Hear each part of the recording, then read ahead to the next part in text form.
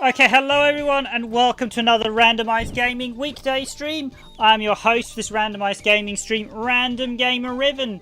And in today's stream I am going to be looking at Monster World 4 on the Sega Mega Drive. This is actually my Japanese Sega Mega Drive copy. Seeing as the game's recently got a remake, I thought I'd revisit the original using open source scan converter. It's actually the first time I've videoed this game using the open source scan converter. Till the previous videos, I've already done a couple on the channel, never actually used the open source scan converter. So a little bit of trivia first off. Did you know you can't actually listen to the full opening music? The overture never fully plays.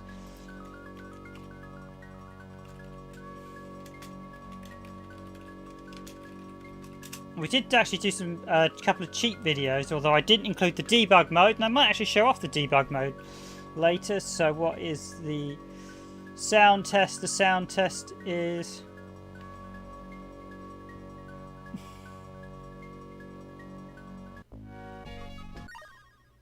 highlight new game. And away we go with the sound test. So, this is the overture. Oh...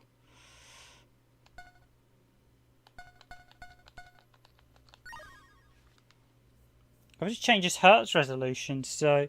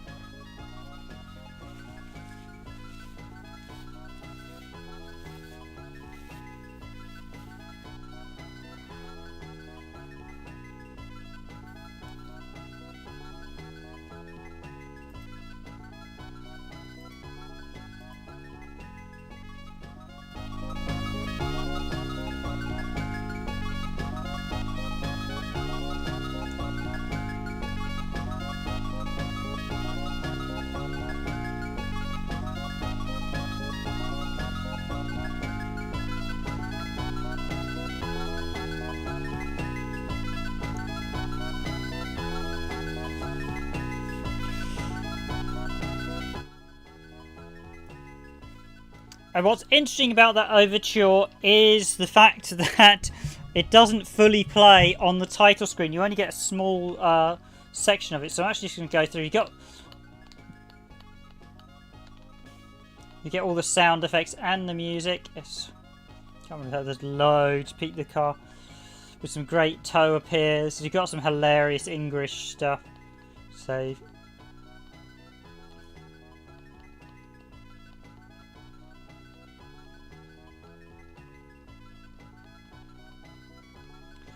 Here we can actually get into the music. So you've got Over the Clouds, which is the first one. Absent Court and Dreams.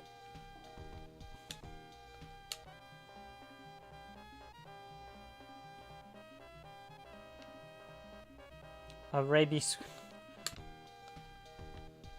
This is the main town theme. Sanctuary Stream. Bertha Pigaloo. Lamp. Long Distance, which is another nice one. A Labyrinth on the Sky. Cool Dude. This is actually the boss music, hilariously named.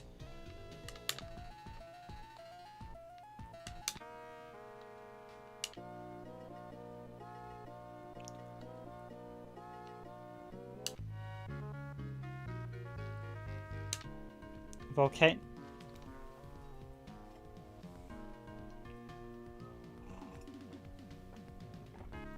This is one of them that doesn't tend to get emulated correctly, the Volcano one. And if I look for the next one, this is the one that is badly emulated on just about every version of the game to date. I'll just let it play out for a bit and let you listen to it.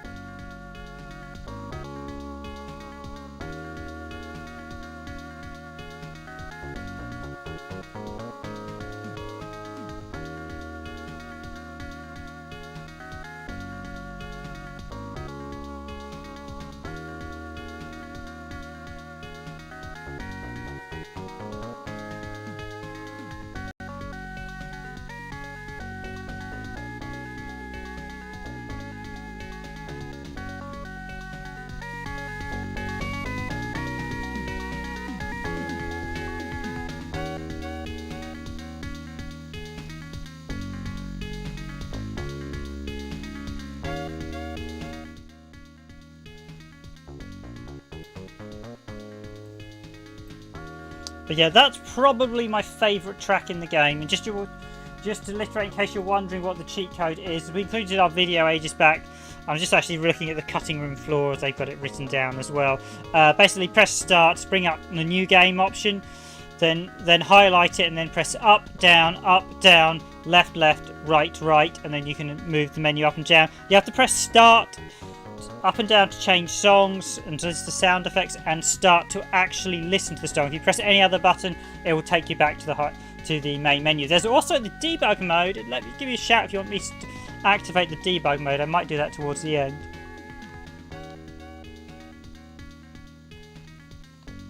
Show me a bit of fun tonight. Should I use the cheat debug and get the best sword in the game? Why not? Let me show you how to do the cheat. Appreciate the likes, people. Glad to see you're dropping by to hit those like buttons. I mean, yeah, the music is absolutely fantastic. Headbanger. Malevolent deity. Final.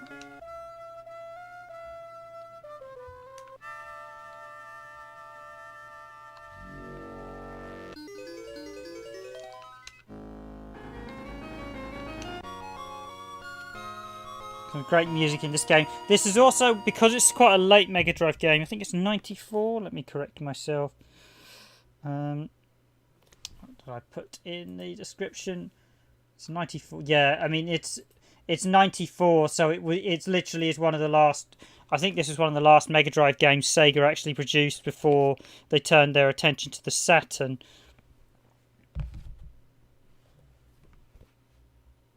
Although it doesn't have the later boxing.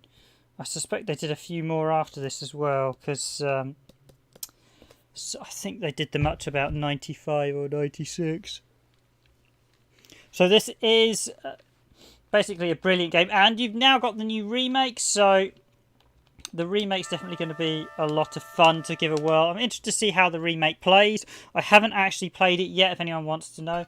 So I'm actually going to start a new game. I'm going to be cheeky and aim for the hidden gear, so that means I mustn't talk to the save guy.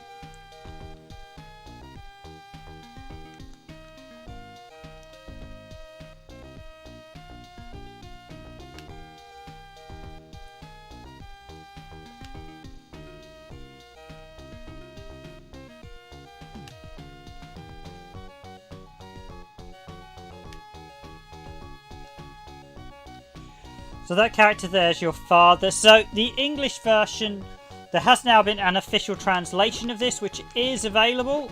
It is actually readily available to buy. It was released on PS3 and Xbox 360, and I will say there have been unofficial leaks of it as well. So basically this has been given an official translation. There was a fan translation as well, but the fan translation as always is rubbish compared to the official translation.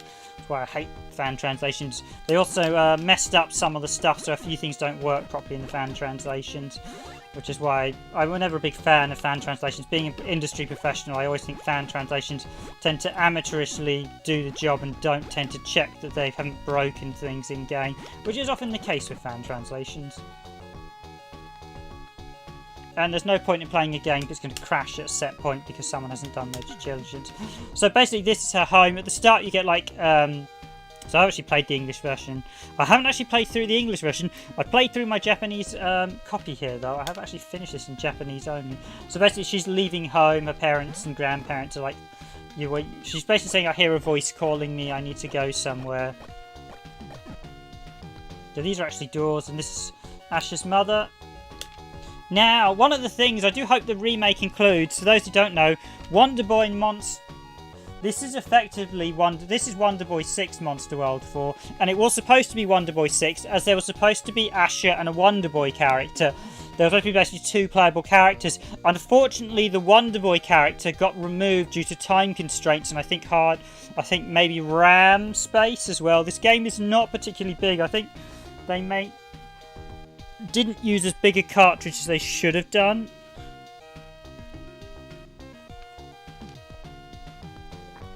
So it's a very good game. It does update the combat brilliantly in Wonderboy, but it's a weird one. This is a step forward in terms of combat and gameplay. It's a step back in terms of world design and gameplay, as this is no longer an open world game. This is a very linear path structure in comparison to the 2 previous games. So that is Wonderboy 5, Monster World 3, and Wonderboy 4, Monster World 2, that is Dragon's Trap. I should say Dragon's Trap was given the wrong numbering in the European release, as Sega of Europe were a bit naff and just basically wanted to hide the fact that there had been other Wonderboy games that hadn't been released. So yes, there's your mother, all tearful that you're heading off on your adventure. But don't worry, Mum, we'll be back in the not too distant future. At least at the end of the game, you come back home. So it's an elixir, they resuscitate you.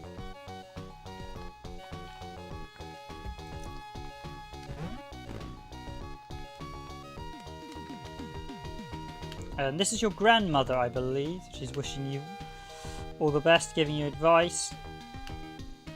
Yeah, items and I think gold. So I'm actually going to be cheeky and try and show you the cheat to get the debug menu. That's basically obviously what the debug testers were using. So these are the teardrops. You need them to upgrade your life. You get enough of them, you'll get additional hearts. What the game doesn't tell you is many of the teardrops in the game are actually missable. So if you miss them, you can't re-get them. Particularly once you close off a dungeon, because as I said, this is a very linear structure in comparison to the previous games. You can't come back to this opening section once you get here. You only mainly return to the town. So aside from the ones in town, if you miss certain items, you won't be able to get them back. And I know there was an achievement for actually getting all of them in the Xbox 360, probably the PS3 release, so basically you mustn't miss them. You really got to be careful that you don't miss them.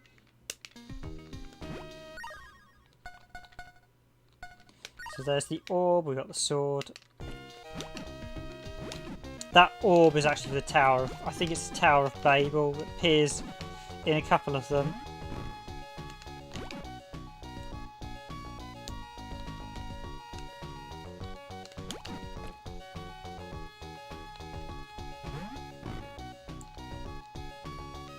But the animation for a Mega Drive game for 94, this really is very good.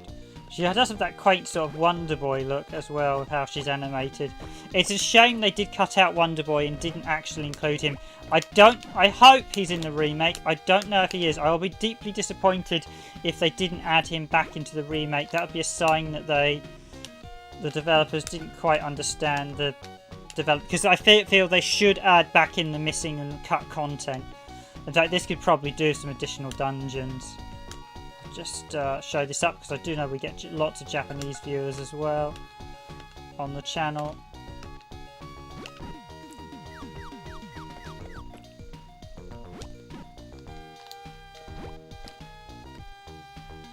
Yeah, the animals here. Nice little touch.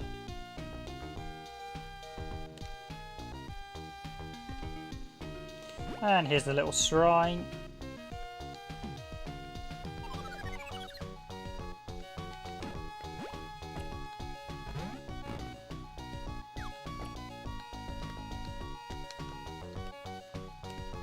Gotta be careful. If I want to do the cheat for the sword, not sure I should have spoken to that shrine actually, but we'll find out.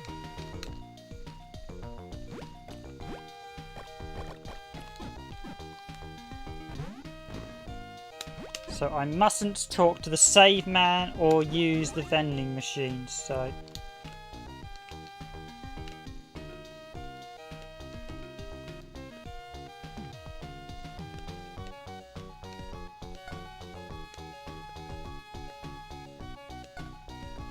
This game has some absolutely phenomenal parallax scrolling, as you see there in the cloud sections. This character I'm speaking to here is our father.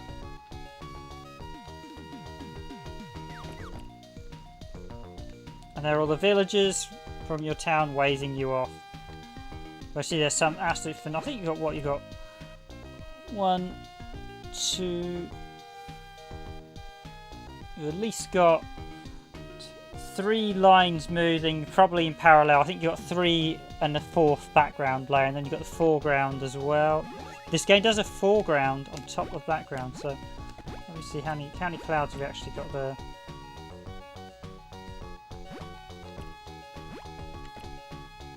Yes, we've got 3 cloud layers at the top, 3 cloud layers on the bottom. Some great parallax scroll, and it really does make you feel like you're in the sky on top of. Yeah, Asha can also run as well, so we want to keep her moving.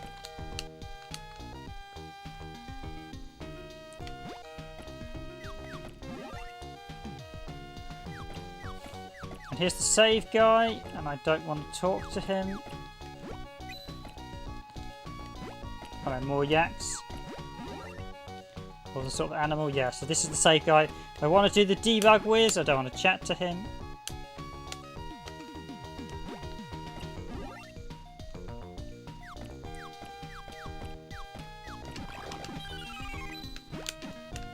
So, unlike previous Wonderboys, the shield is not drawn instantly. As you're aware, in the earlier Wonderboy games, you always have the shield in front of you. In this one, we draw it up.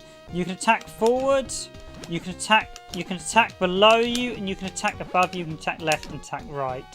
So, quick attack left, quick attack right, and more airbound.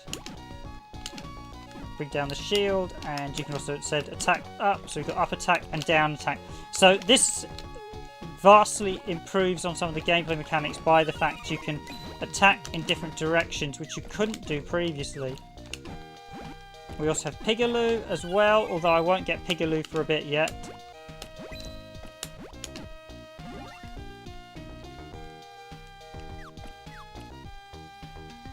Again, we've got 3 layers of clouds in the background, so I mean, the animation in this really is fantastic. I'm really keen to see what the remake's like. I enjoy every single game in the Wonderboy series. So visually, I definitely think this is the best Wonderboy game. I don't think this is actually the best one, though, in terms of gameplay. I think mechanically, the previous title on Mega Drive's better. This sort of explorative. Hello, Kevin Monaco. Thanks for joining the stream. Visually, this is definitely the best of the Wonderboy games. Hi Kevin, as the description says, this is Monster World 4 or Wonderboy 6.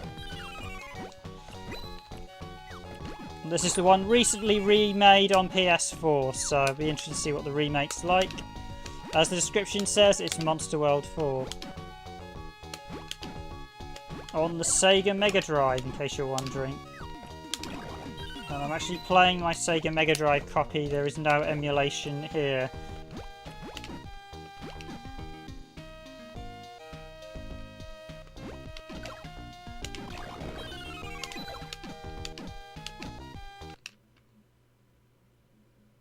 Oh, oops-a-daisy. I'm not paying attention.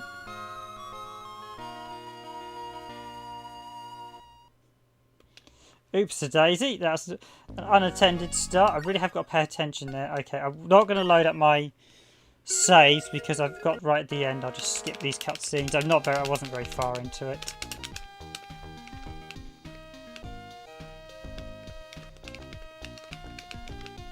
I'll just run past everyone and be back where I was in a second. So yeah, that's a downside because I'm not going to save. I want to use this cheat to get to the debug menu to show you guys. So let's just do this the quick way then. Down here. Yep, Sega Mega Drive this is. Released in '94. It was published by Sega themselves and it was developed by Westone. And the cheat I'm trying to show you guys is the debug menu one, so you can access. Well, there's actually a debug menu, but this is a debug equipment one. I might show the debug one at the end of the stream. This is also said this is released. This did get a re-release on 360 and PS3 and Wii Virtual Console. Those DS. However, it is going to be included. This is available on the new release on the PS4 retail version. Apparently, you get a download code for it. So, I have actually ordered a retail version. So, I should be getting a download code as well. Hopefully, touch wood. Hope it all works. So I'll be interested to see what the emulation's actually like on the PS4. Until, as I showed you at the start, the sound is brilliant in this. But pretty much every emulated version has never quite got the sound right.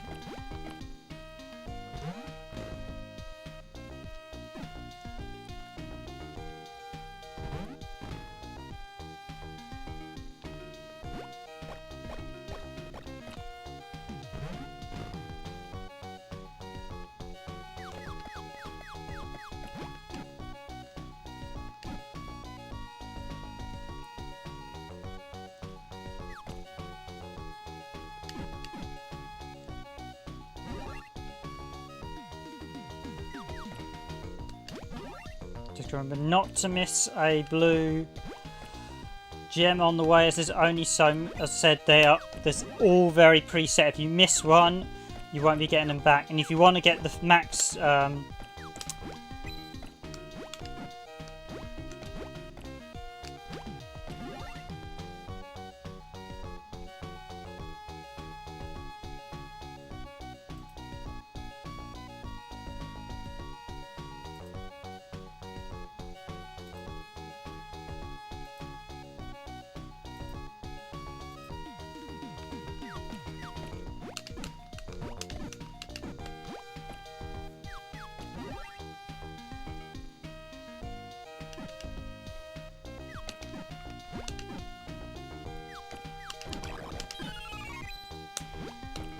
yeah, try to provide slightly longer than just one word messages to actually give a sentence.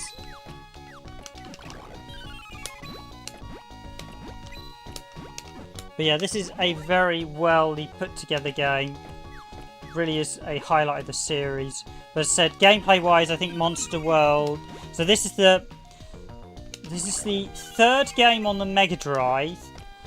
And it's the 6th game in the series. So basically, number 3 was released on the Mega Drive. Number 5, so the 3rd Wonderboy game was, the 5th Wonderboy game was, and the 6th Wonderboy game, which is this one. Although this would technically Wondergirl and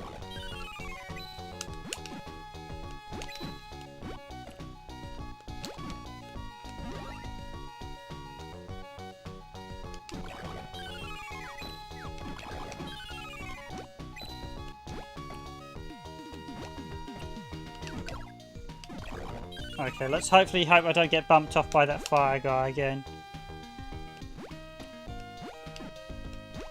Can I do Sonic 2? Yes, we can do. We have actually covered Sonic 2 on the stream, but tonight's stream will only be on Monster World.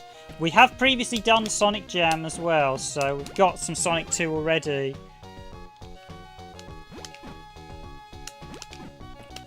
I probably should do a playthrough of Sonic 2 at some point, do all the Chaos Emeralds.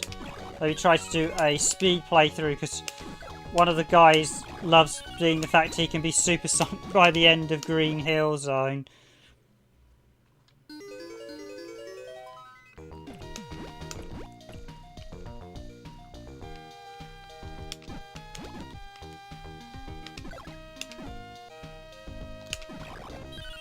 Got to be a little careful with those fire guys, but as you see there, you get 10 blue emblems and you get an additional heart. Sadly, I don't have my little... You get basically Pigaloo's like a little friend who you can basically carry you. And he grows bigger as the game goes on. So these are the mushroom enemies, which are sort of one of the iconic enemies from the franchise. The Wonderboy series. The animation is, as I said, like all the parallax scrolling. It's brilliant. Also, I'm an old school gamer, so my first experience of the Wonderboy series was the original arcade game. It was one of those games that held a special place in my heart, despite the fact I could never ever get that far in the original arcade game.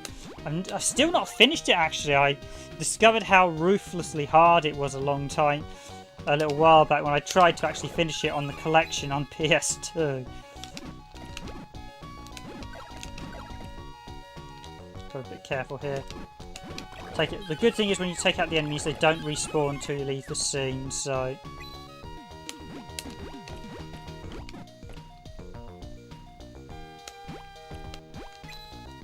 She does a little twirl in the jump.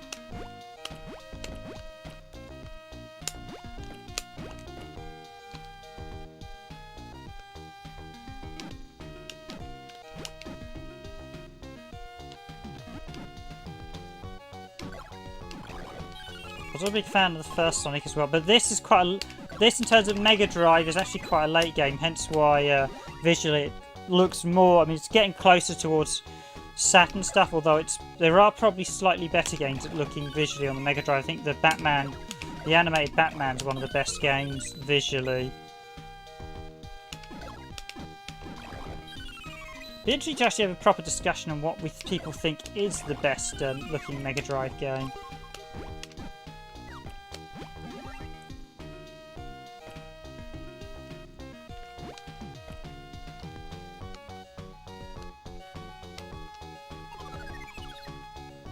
Okay, so the debug sword and shield that I want to try and show you guys.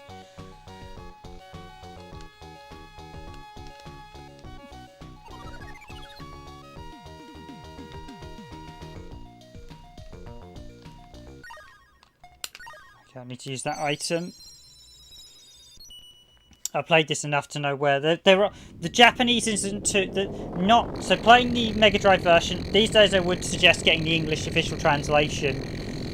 The one issue that does have some problems is if you try and do the Sphinx puzzle on this Japanese cart version. That is the one issue that gets a bit tricky trying to solve that. But actually, there's the tower rising. Now, as I want to get to the bonus guy, I cannot, as I said, speak to this guy here, so I've got to avoid him.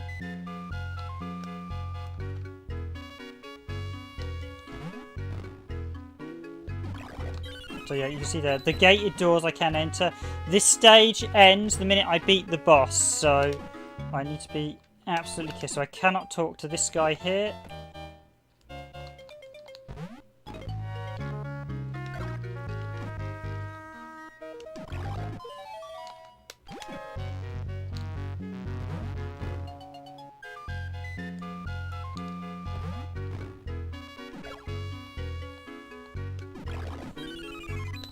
And I can't use the vending machine.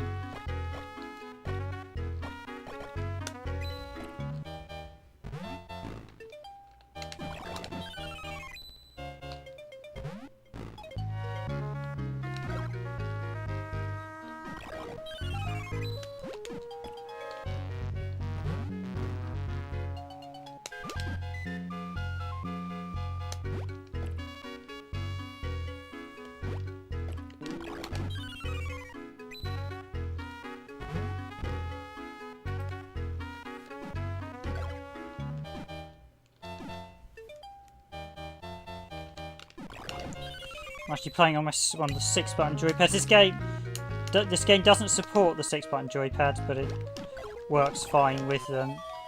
Strangely, there were quite a few of the later Mega Drive games that didn't take advantage of the 6-button joypad, even though they could. So that's the key that I can use for earlier. But then again, got some lovely parallax scrolling. This game makes some real visual use of parallax scrolling. Really is a fantastic title on the Mega Drive.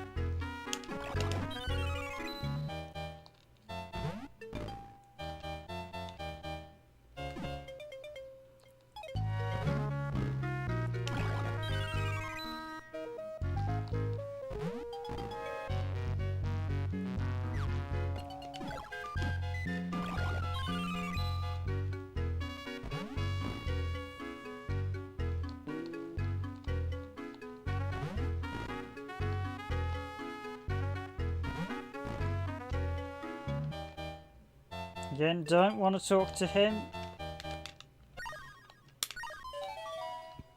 Let's open the door.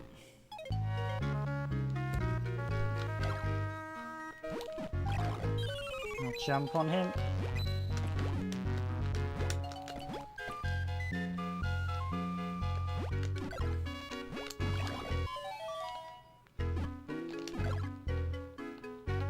I do love the animation in this one is absolutely fantastic. As a visually and audio-wise, I'd say this is the best Wonderboy game. Although this doesn't actually have too many of the this doesn't have any renditions of sort of the classic music, so they largely stuck to original music in this one, which is quite nice. Sometimes you can sometimes get. I've had a few games where literally every soundtrack was a homage to a previous game. It is nice to get some new music. I think this section I've got to kill all the enemies in each room, so that way.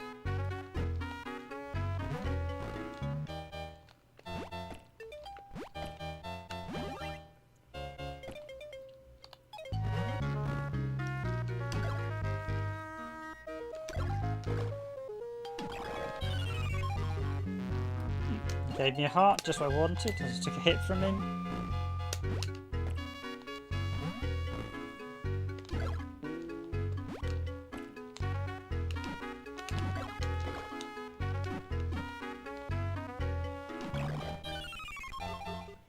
Yeah, so you get that classic sound effect when you grab the hearts. That's obviously a throwback to Wonderboy. It might even be a throwback. No, I think it's a throwback to the original game. Yeah, so I take 3 hits to finish them, so I want to make sure I don't leave myself open to an attack.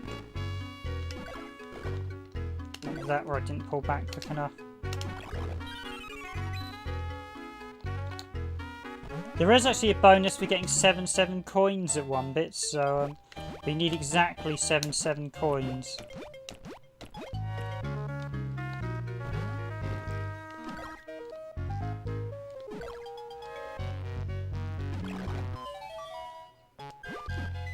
We have to actually come back and get that one.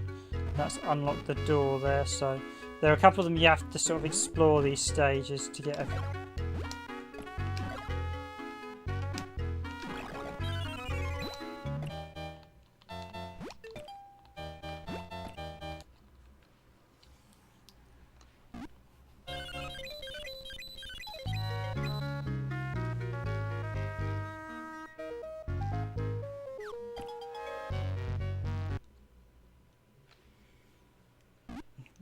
Nice little jingle, and there's the key as well.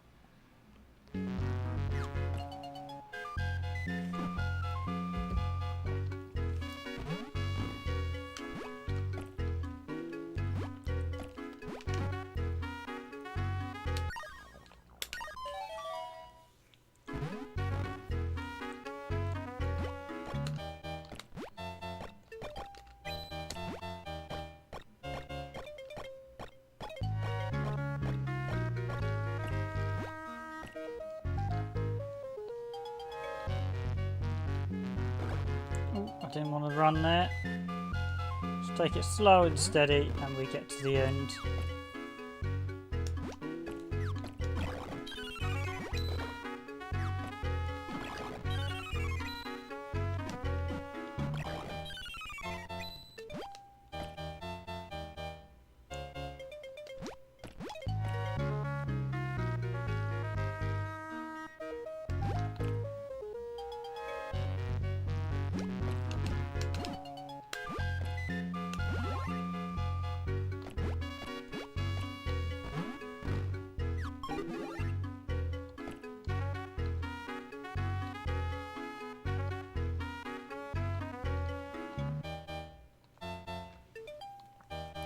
And I didn't want that door.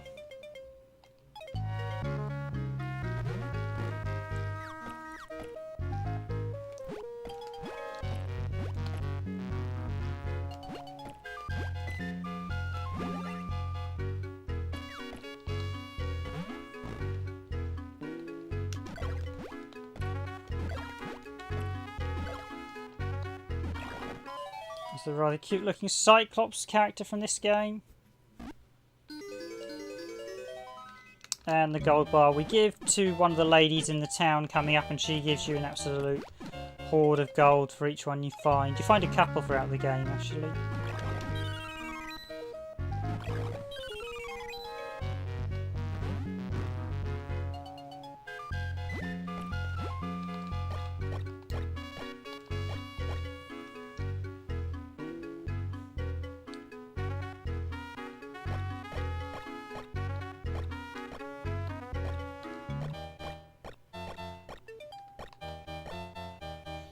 Climbing these ladders is very methodical, so you can literally just...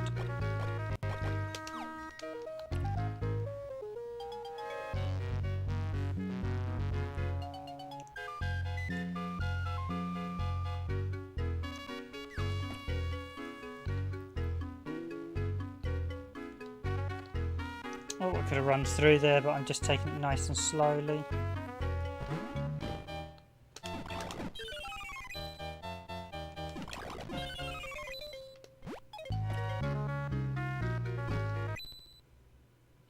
There we go, another 10 and another heart.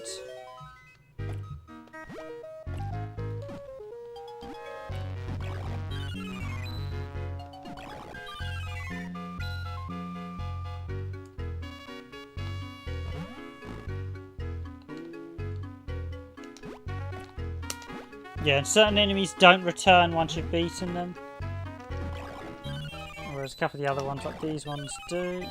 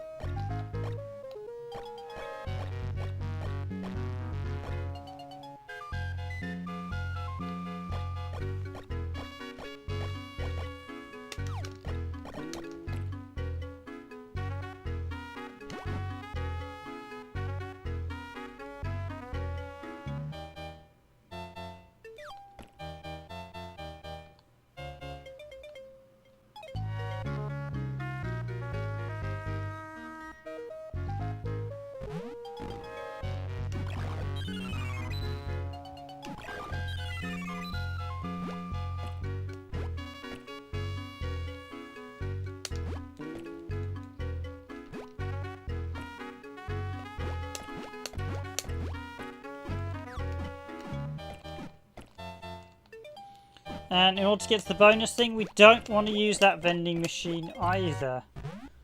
And here we go with the boss. In which is a case of we just hit her and run away. Classic boss tactics for a lot of games, hit and run away. Actually do that in a lot of the bosses on Sekio as well. I think occasionally she rears up, so as long as I just keep her at distance, she won't be too much of a problem. Yeah.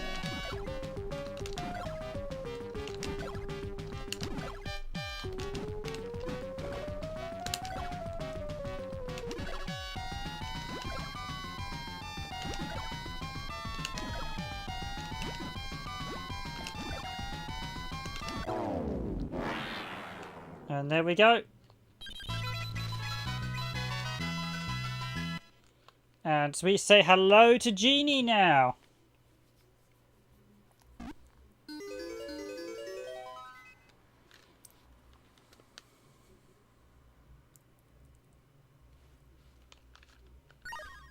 And let's give the Genie a lamp, a rub, and find out what's inside.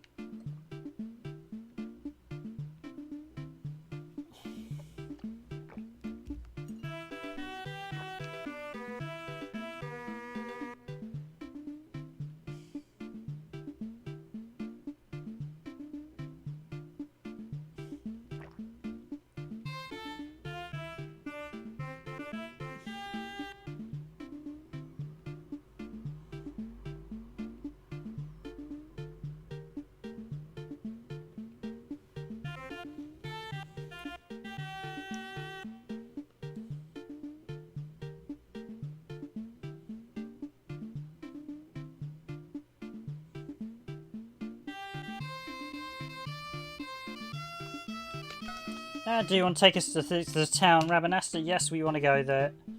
Yes, you won't be able to return here till you've concluded your business. Let's go then.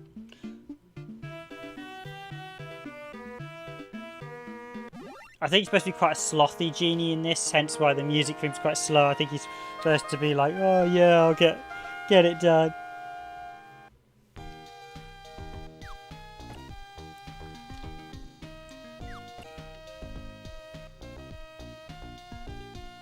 So again, mustn't talk to him. Gotta run through here.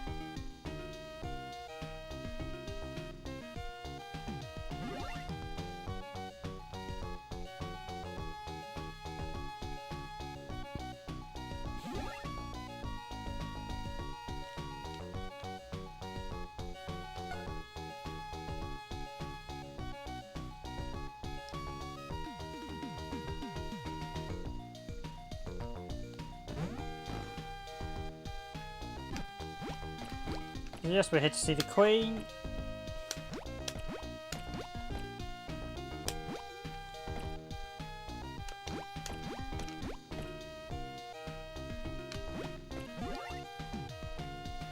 And here we have the garden section. And what's hidden about this garden section? Well, you're about to find out. So if you get here without saving, about here, yes, hello there. He's a hidden shop vendor.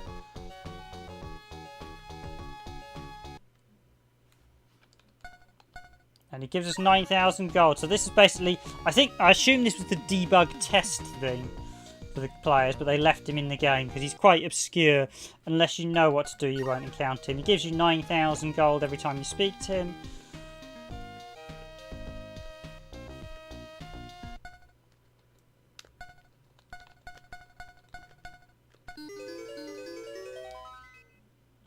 You see there, he's given us the best armour in the game.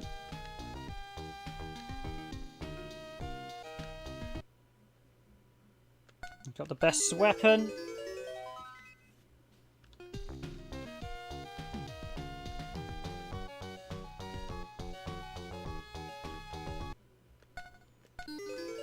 And the best shield. So, yep. And you can do that on the official translation as well, so... Plus 8. I don't want to play around with the armour as it does allow you to influence Pigaloo. Basically it's a proper debug armour, so...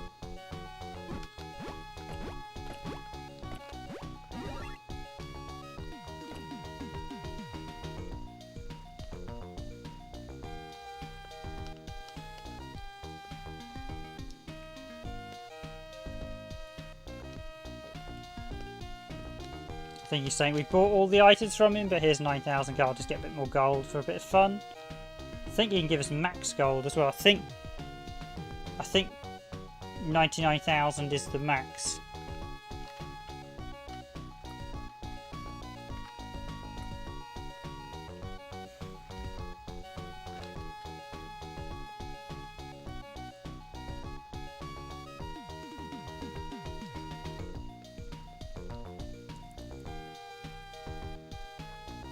Let's find out, shall we? Is the max gold?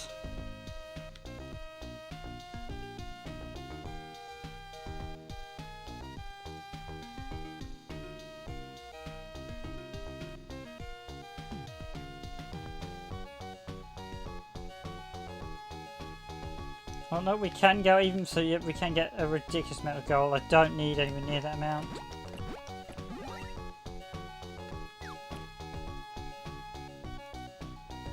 Just going back to the fountain to heal up. That's the guards there.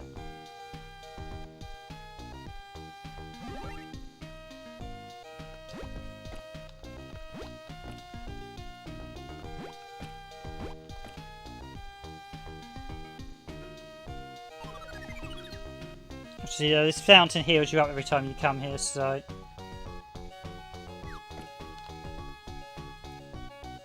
telling us about the Pigaloo egg, which we need to bring here if we have one, which we don't.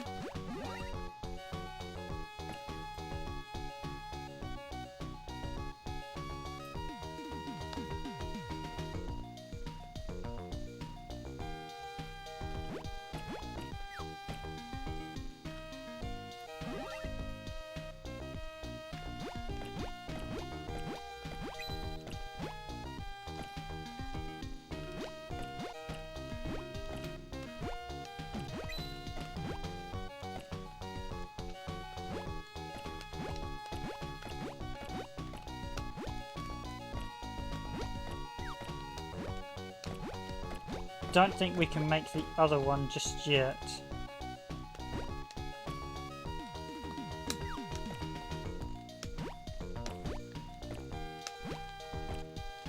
Because basically with Pigaloo you can once we unlock our little friend, he can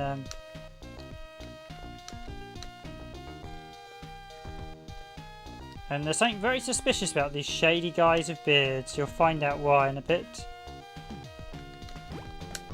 But I'll give you a hint, they're suspiciously like the people that appeared in the intro serving the big floating eyeball.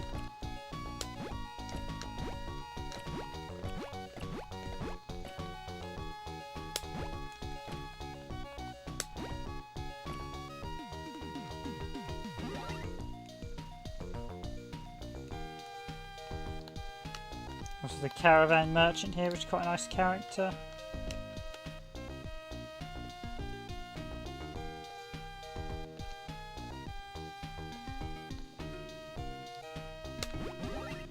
I think he's the one that normally sells the best weapons in the game at the end.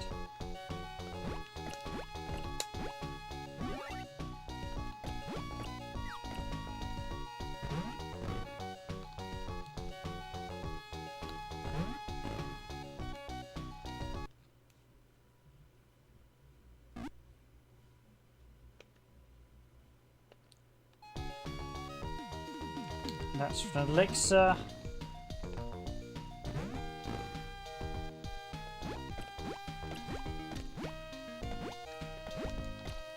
Now, I don't think I can actually get behind this section until I've got Pigaloo, so... Again, up there I think I have to get Pigaloo to jump. But basically, once you get your little friend Pigaloo here, you can use him to hover.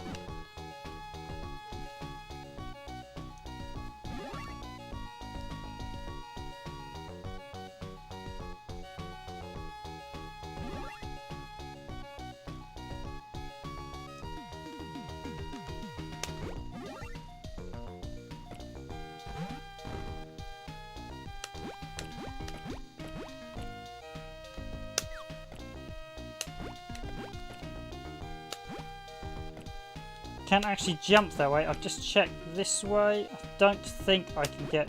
I think I need Pigaloo. And then we just...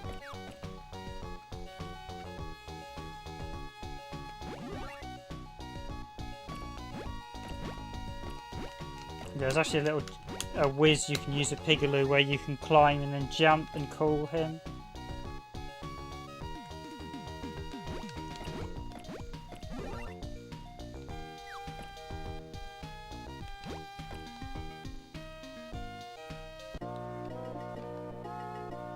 And here we have the castle as well, which is actually quite a big area to explore.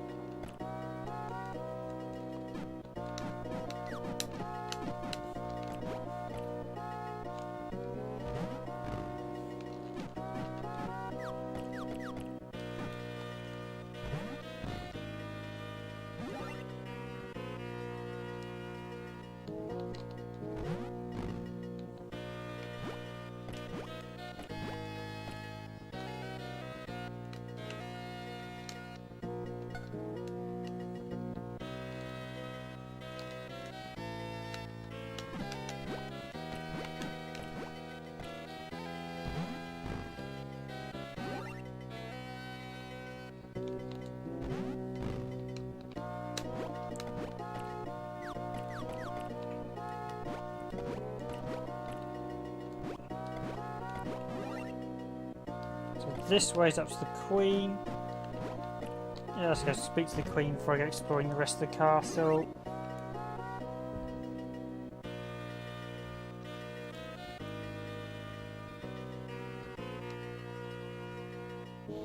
Yeah, she's like Pura Miller.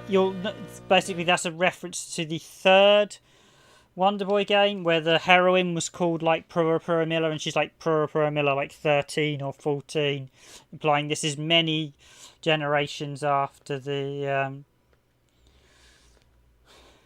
third Wonderboy game.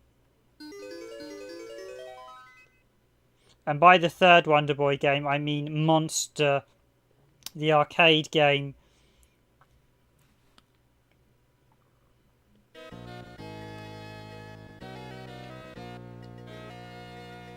Was it Monster World? What was it called again?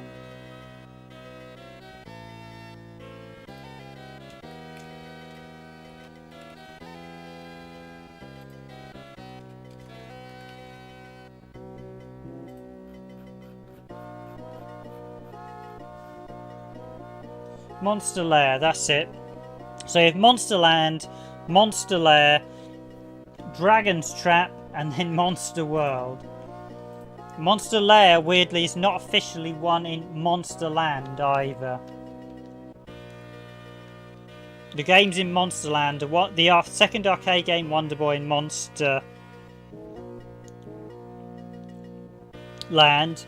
Then it's Dragon's Trap is the second game in the Monster World series, what was Monster Land originally, so it's Monster World, although it was called Monster World on some of the later versions.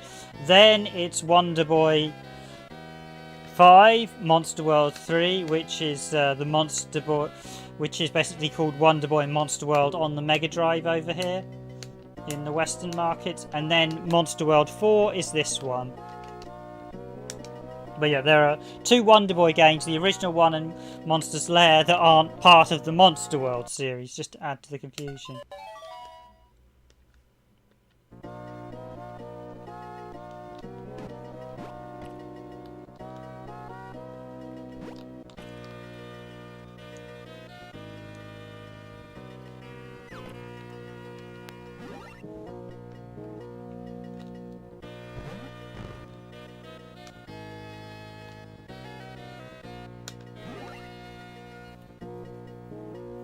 There we go, Monster World with a nice little world map there, with some shaking sprites as well, which is really nice.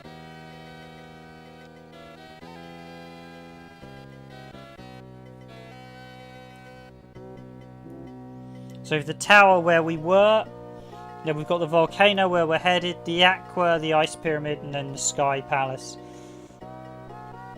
So as a game, this is not actually that big. There's only 6 locations. 7 if you include this city.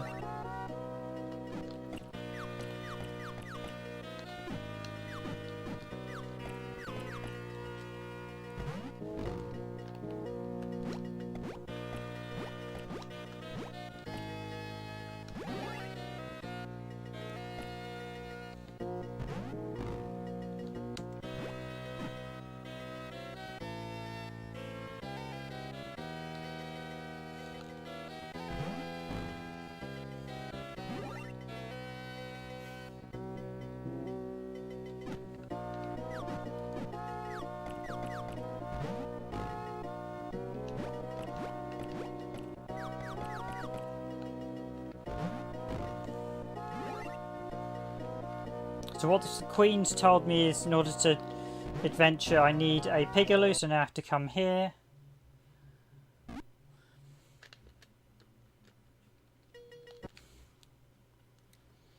It's basically telling me if I've still got a gold bar or a healing elixir, it'll tell me I can't open them, so there'll be a couple of these I can't open.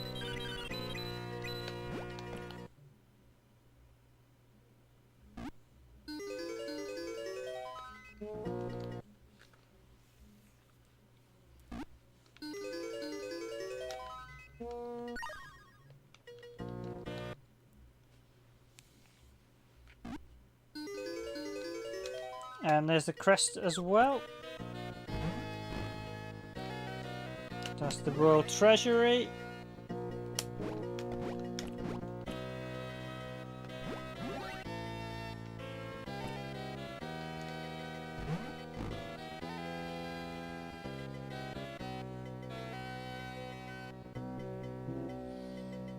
And here we have the library.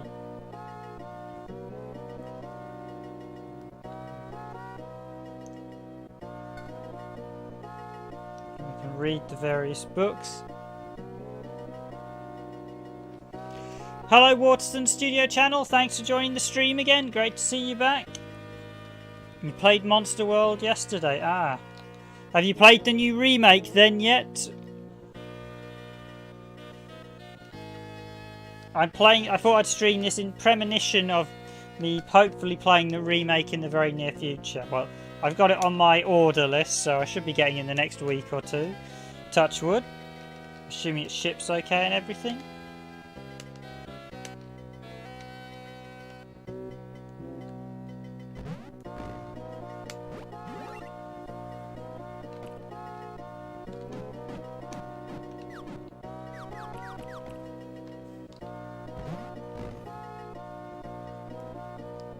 Actually, I'll just turn off slow mode, seeing as I put it on for the other guy who was spamming a little bit, so okay, slow mode is off because the other guy was hosting one. Chat away, yeah. The other guy It's not always nice to people on streams, but when they're saying one word and then hitting enter makes it for a bit of a chaotic trying to read the text.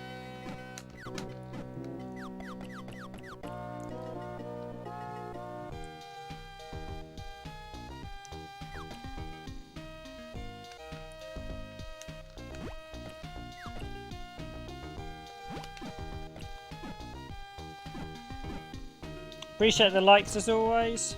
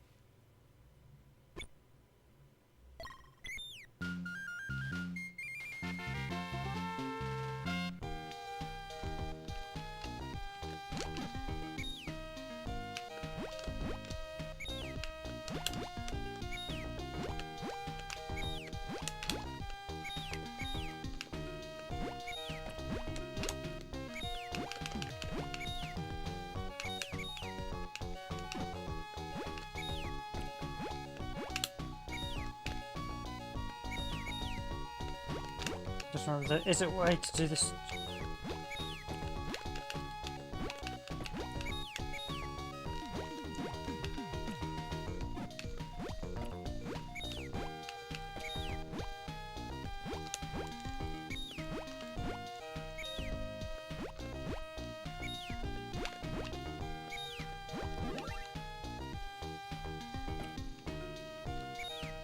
So I can use him, now I've got Piccolo, I can use him to help me make some more difficult jumps, like here. So that's what he's good for. On top of him, we need him to solve a lot of the puzzles, so we'll be using him over the next bit. That's 3 gold bars. I should cash them in with the gold bar lady. Is she down here? Yeah, she is here. She'll ask you to give you these gold bars. Just give them to her. She gives you loads of cash if you give them to her.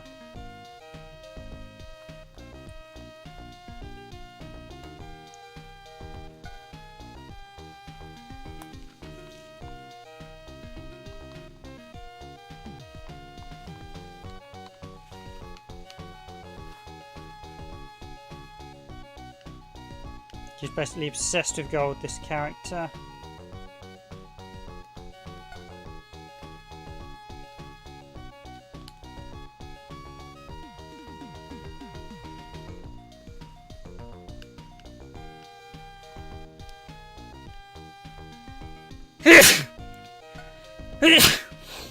Okay, that's the last of my gold bars. Not that I needed them.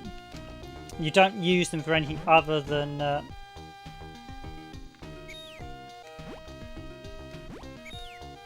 giving to her as well. So don't fear about giving her your gold bars. You have no other use for them.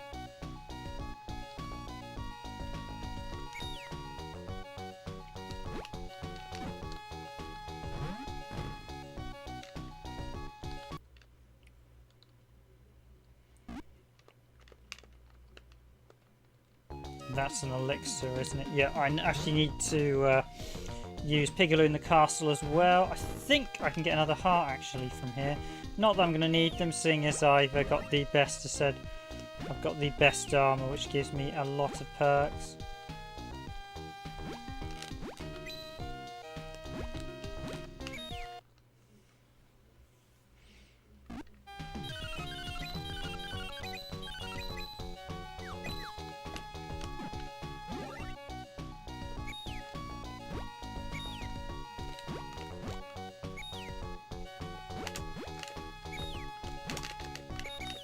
There is a way to keep calling him. Got a feeling it's not to the next form though. Yeah, there's one up there as I recall, and I think if I'm correct, I can get it if... Come along, Piccolo.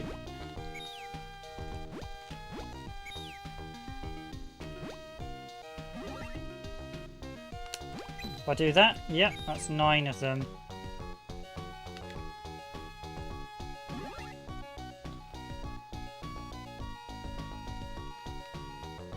So yeah, we can't enter here. This is, ironically, basically this building here is actually the villains HQ, and you get to chat to the villains. They start moving around, and as you beat them, they start disappearing. So it's quite funny. Like I said, the villains in this aren't very inept.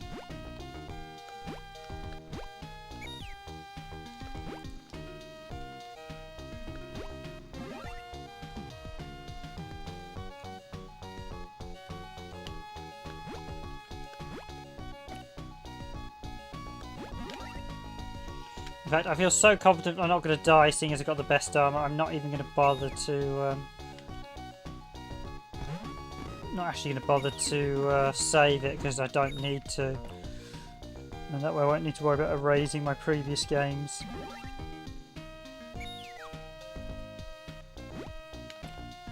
So this is the Pigaloo tree, where you get apples to upgrade Pigaloo, but you don't only do so at set points during the game, so...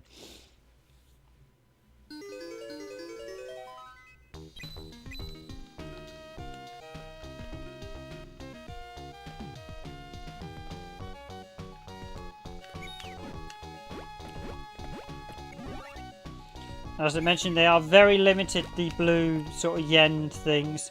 You have to get every single one in game, and if you miss one, you cannot get them all. And as I said, a lot of them are very missable. Apart from the ones in Ribnasta here. Was it I think it's Ragnasta or something like the actual town name.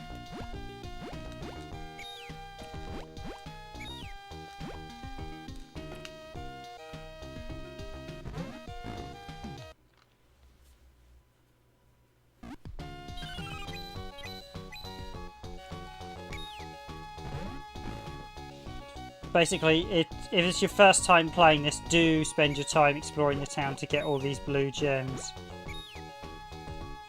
I still need to get the one back at the castle, don't I? You see there we've got behind.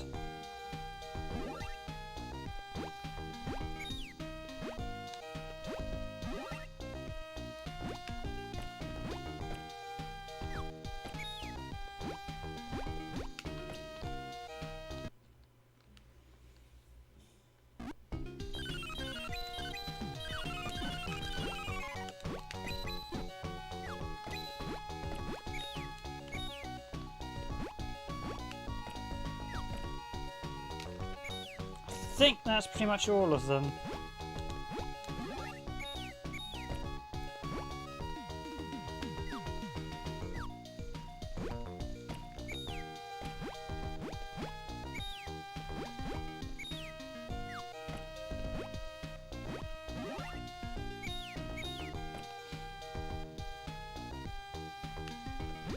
I believe the debug guy, yeah, he's gone at this point. Once you speak to the Queen, he vanishes.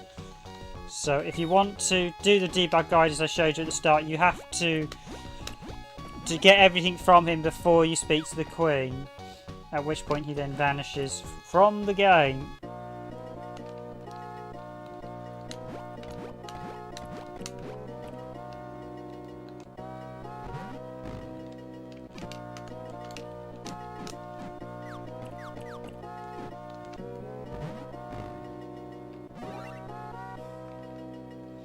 Appreciate all the likes so far. Glad to see you're all enjoying this stream.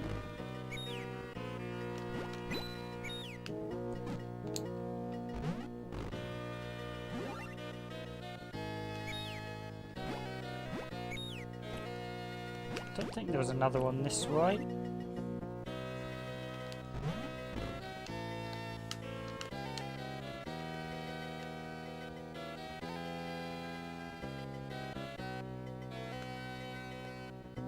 I think there's still a few more yen gem symbols in town, but I don't think I can get that many. I think there's a couple I can't get until later.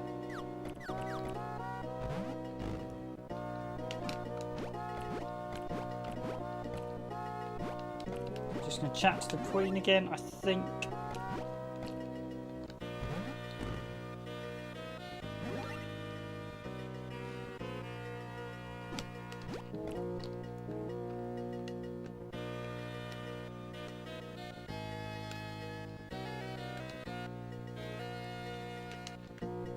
And Piccolo, of course, appears in Monster Boy as well in the Cursed Kingdom. I'm actually paying a Gelos, which is another Wonder Boy clone at the minute. Now, Monster Boy in the Cursed Kingdom ended up being officiated. I have to admit that was very, very good. I do highly recommend that if you haven't played it. I think I did pick it up on sales. I did think the initial asking price of like £40 was rather expensive, although I was surprised how big it was to actually finish. It's probably the largest Wonder Boy game. It's a shame they didn't call it Wonder Boy in the end, but I think because they only got the license right at the end. It's a pity. It's actually a very good game, Monster Boy. But it's effectively an update on Dragon's Trap.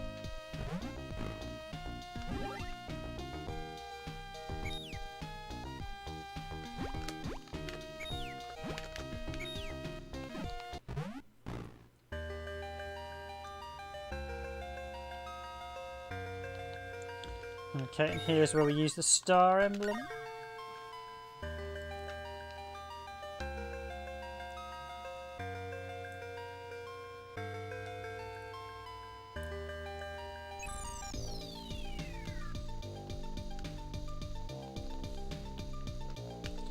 Now, you can actually use the genie you can actually bring up the genie to return at any point during the dungeon, so it's worth remembering that. I do like that little effect there as he rises up out. No. Easy way to remember yes and no in Japanese. No is 3 letters in Japanese, yes is 2. Hi and ni. And again, some more fantastic parallax scrolling there.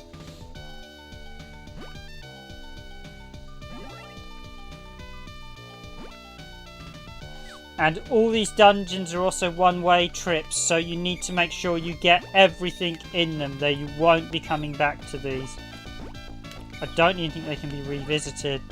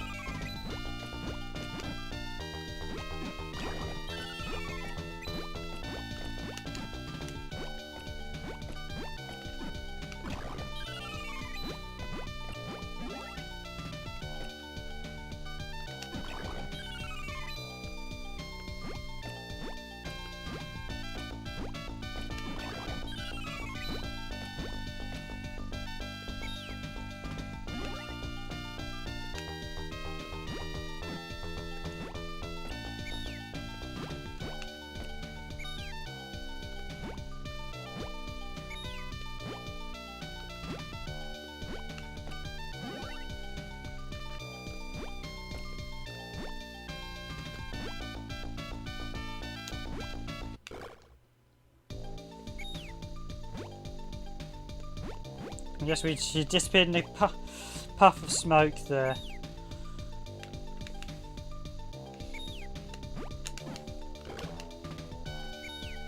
I think Pigaloo's biggest asset at this stage is basically as you feed Pigaloo fruits, he gets bigger and bigger over the course of the game. So by the end of the game, he's actually bigger than Asha.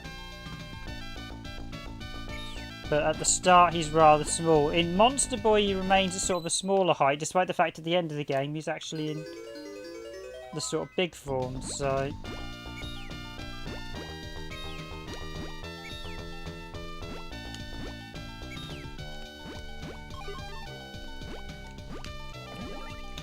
because I've managed to get the special sword, I'm probably going to be able to one-hit every enemy in this stage, including the boss. It's actually the bit right towards the end, I believe. You can't get... You could probably sequence break, actually. If you use the debug armor, yeah, I can actually enhance Pigaloo here and now if I wanted. I'm not going to, but one of the features of the debug armor is it allows you, so you could in theory sequence break there by avoiding the sort of harpy mini boss and a ton of the gems.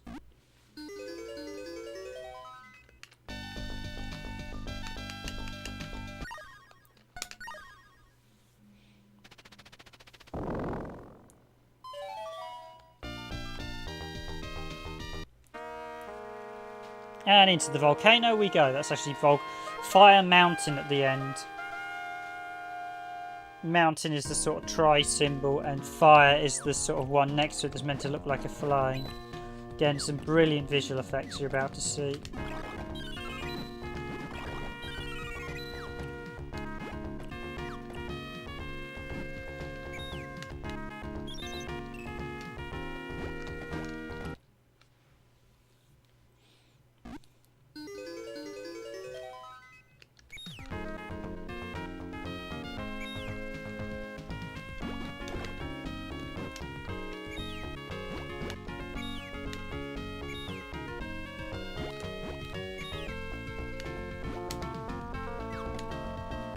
Again, some lovely shimmer effects in the background. This really is a tour de force of the Mega Drive. And we've got foreground there as well. They make use of foreground and background. So we've got foreground and parallax scrolling in the background.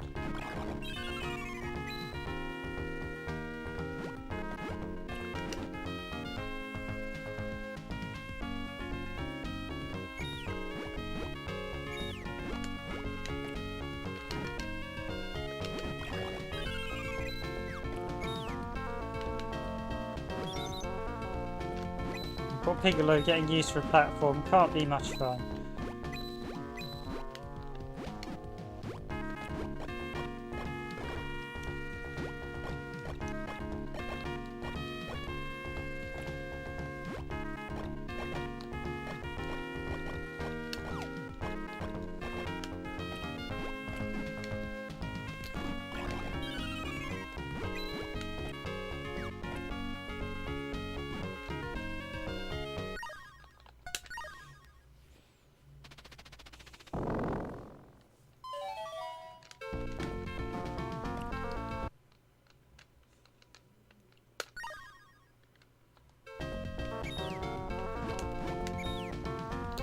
Quick little sequence break there, instead of going round. You will learn that you can actually, with the debug armor and stuff, you can massively sequence break. You can even gain access to one of the dungeons out of order.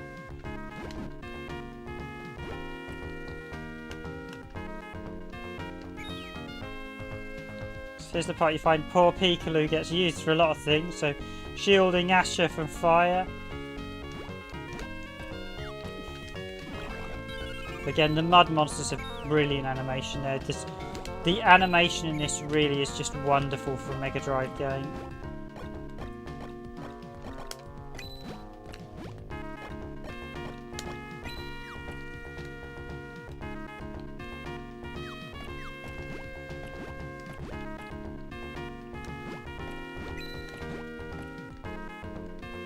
And I will say now, the platforming in this is just spot on. This was done by a developer that knew how to make platforming. It just feels smooth, it just feels slick.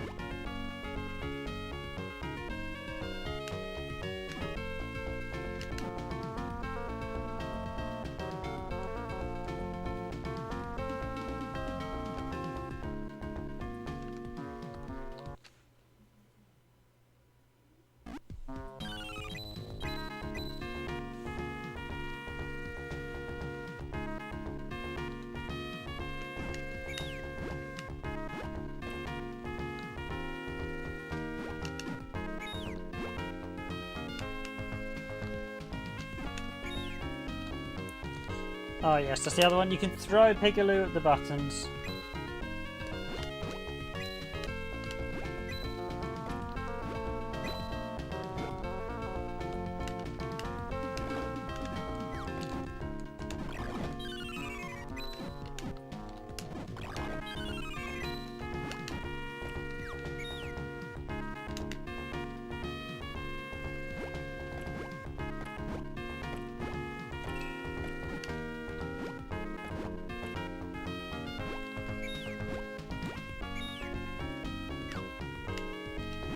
So yes, that triggers a bit of a cave in and everything goes crashing down.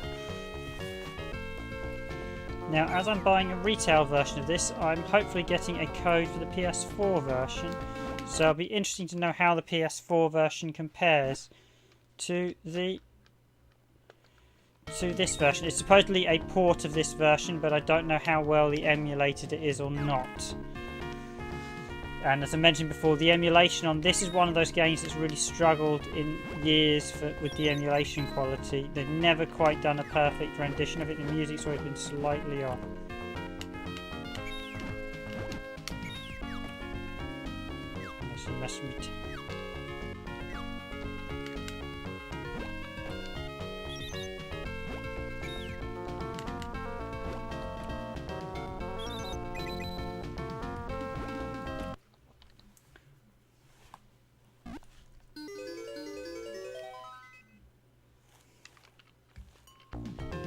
None of the dungeons are that big. They get slightly larger, but I think the third one's by far the biggest. The fourth one wasn't that big.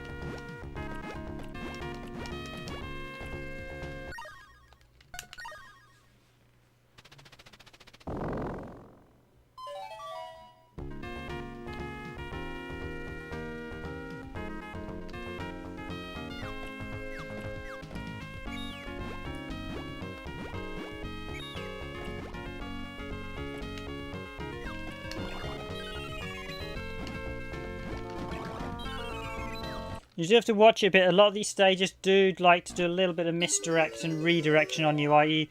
they try to push you one way and the direction you actually need to go to find the secrets is usually in the opposite direction, so...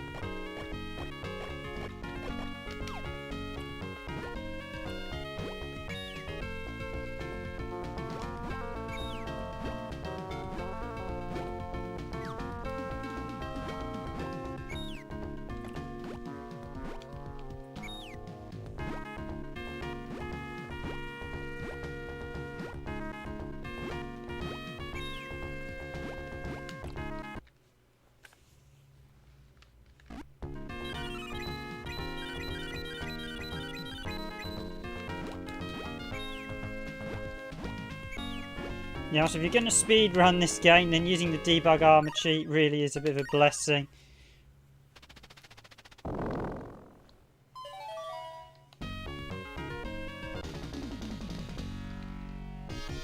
Okay, here we are with the mini-boss.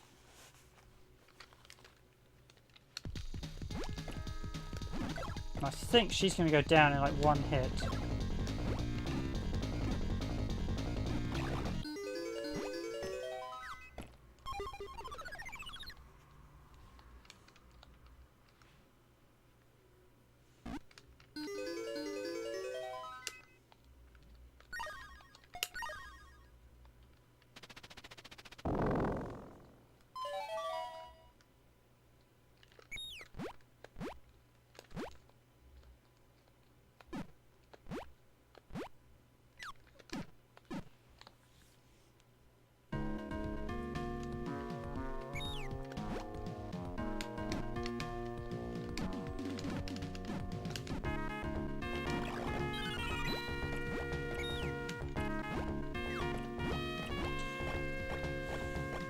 This really is a game that shows off what the Mega Drive could do in the right hands, as I said.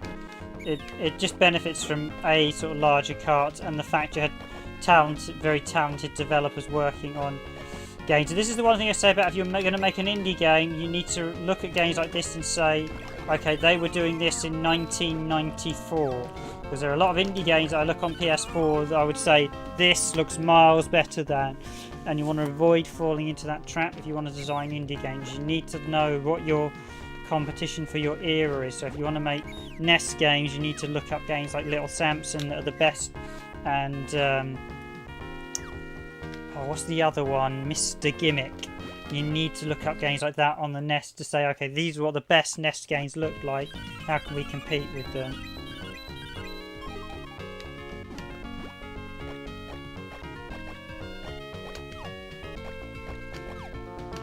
Oh, you can actually press attack to slide down then.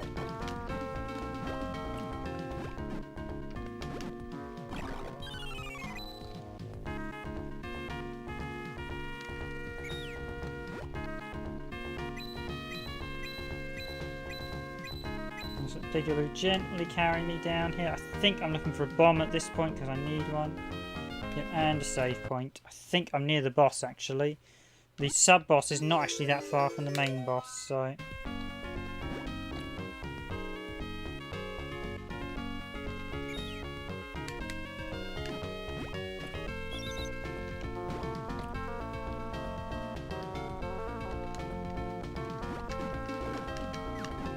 That one's actually got slightly hooky collision on him, that guy, those guys.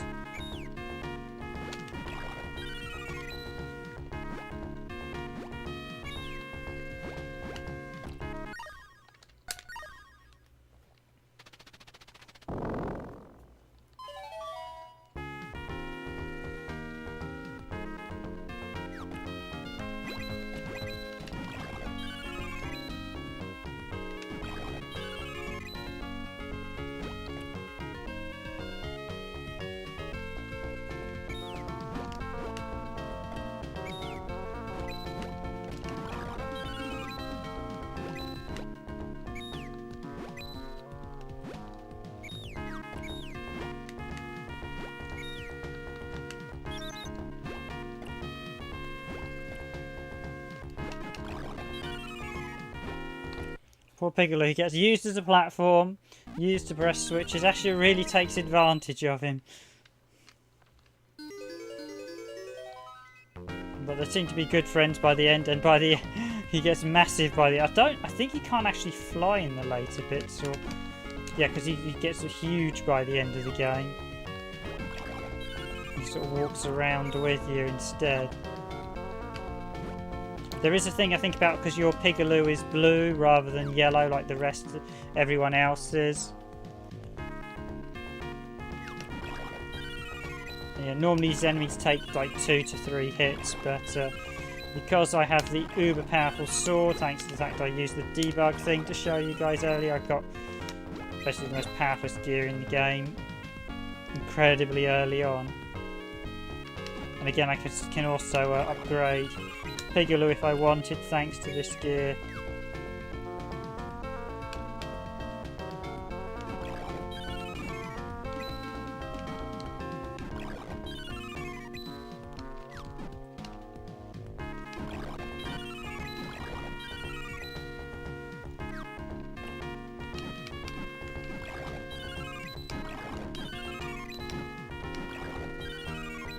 But you'll see I've already done a standard playthrough on the channel. We did this first dungeon.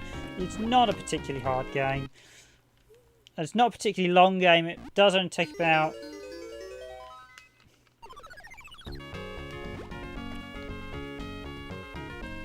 You can probably beat it in about 4 or 5 hours. I think the remake is probably going to be longer.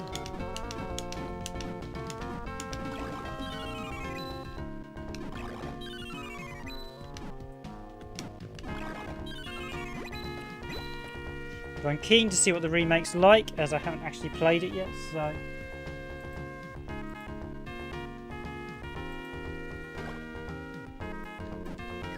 Oh, I need to raise my shield. Not paying attention there.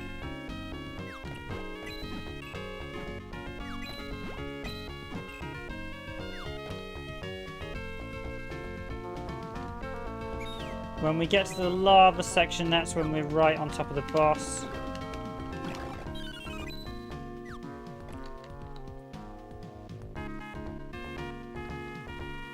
And yep, hey presto, I think we go right and then we have to go left and then we're at the boss.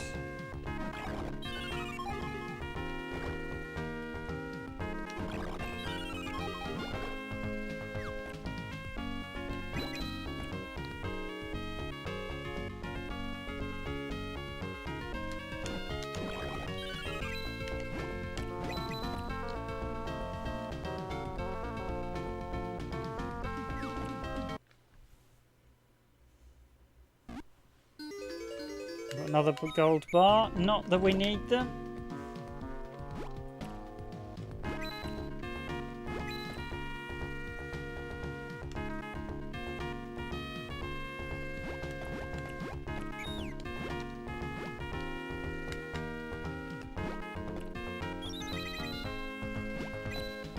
Yep, so again, you make sure, as I said, if you want to get everything, you need to explore and do everything each time you visit a location, because once you leave, there's no coming back.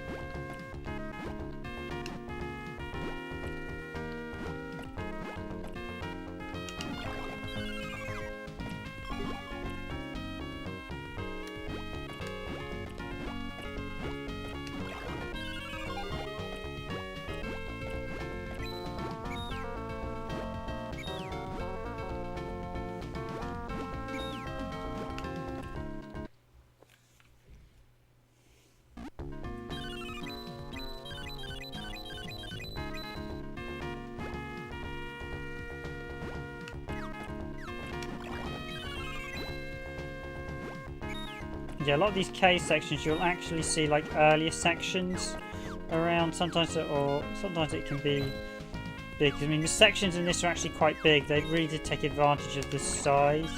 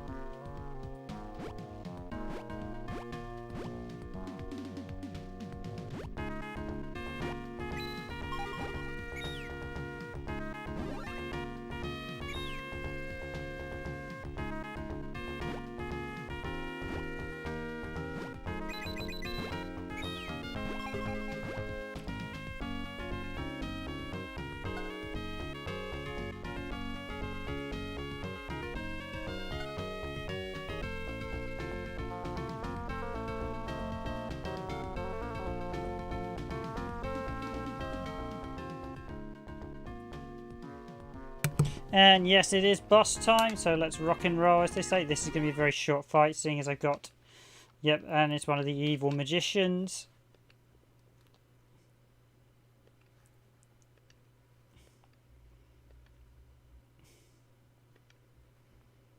And because I have the superpower sword and the superpower armor, this fight is going to be a breeze. I do love the sprites, though. The sprites of these bosses are fantastic. I'll just let you savour him for a minute before I finish him off. I think he's only literally, is that it?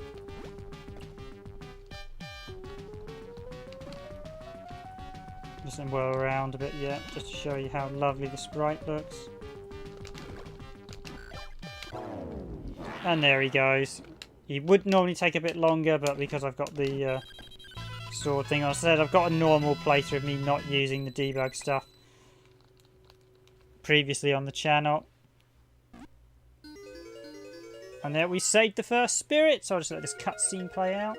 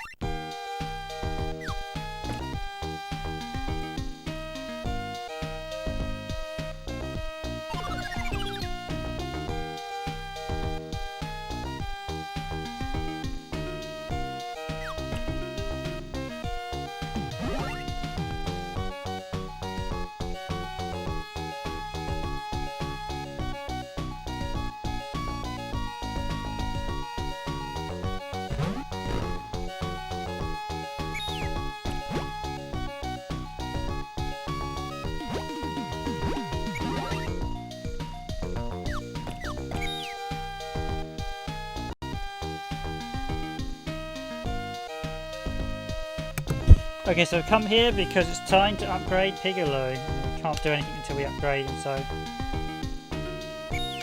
Although with this armour I've got...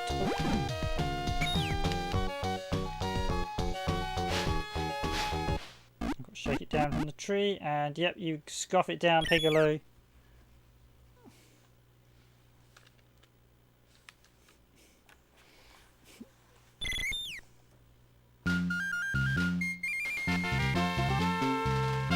And he's got a bit of an upgrade.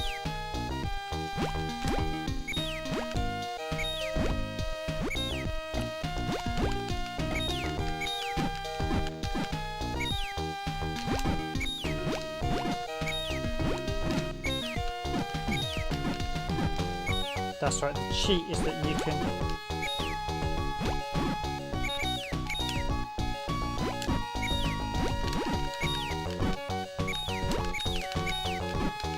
way, as I said, as I showed in the video, once you get the timer, is you can basically call him and keep jumping. So basically you can let him grab you, so it allows you to climb.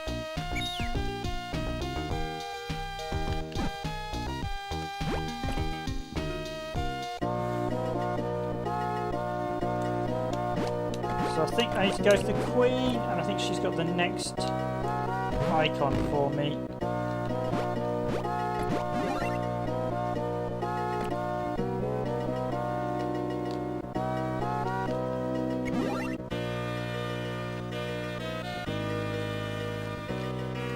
So there's the map. See, we've already done the volcano, so we're on to the watery sanctuary, which I haven't really shown before.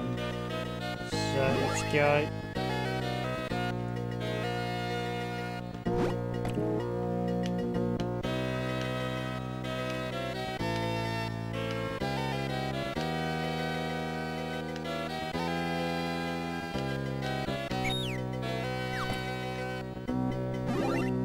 Okay, I think it's actually where the guy was blocking the entrance with the Pigaloos, because he's now gone, because he was the first guy we just fought.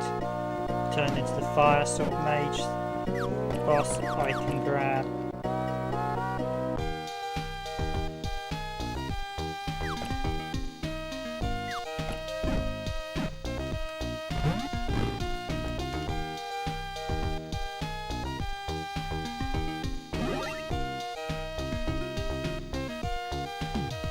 Again, you'll notice I haven't actually saved it yet.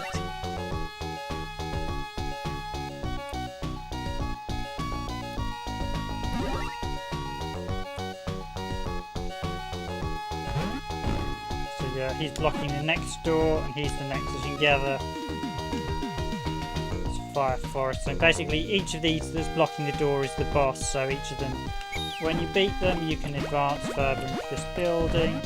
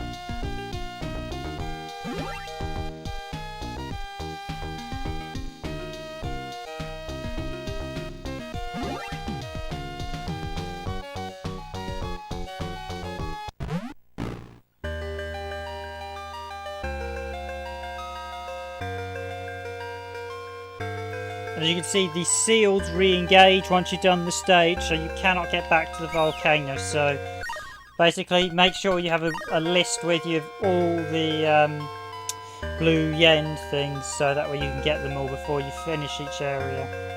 So this is the water sanctuary. I don't think I've shown too much of this off in the streams before, so finally got some footage of it.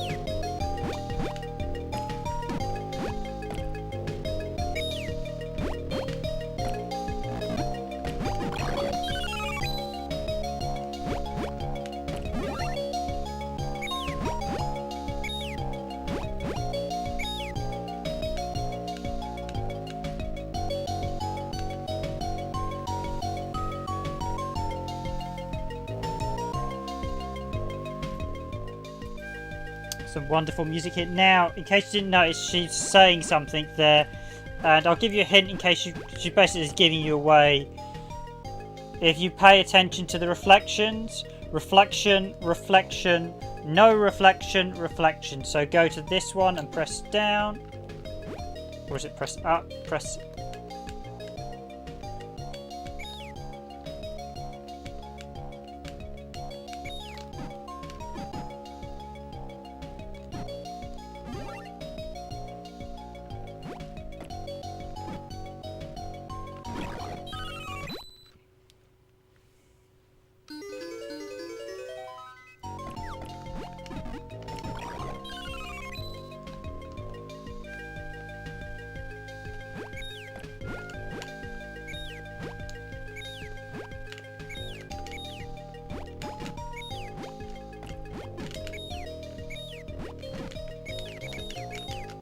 There's basically a whiz where you can... Yeah, that's it.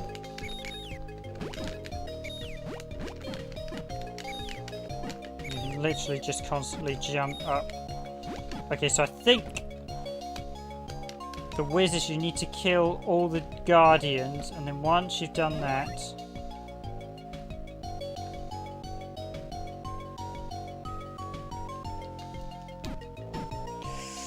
Hello, Breadmaster! Good to see you joining the stream. Yes, the sidekick stayed the same size. Yeah, it is a bit odd the fact he changes sizes. Okay, so I know it's this one you have to... There we go, down and B. Been a while since we chatted. Yeah, no, I wish the sidekick in this one's quite cool. And I do actually, I know what you mean. Because he changes size so much throughout the game. There are a few bits where he gets...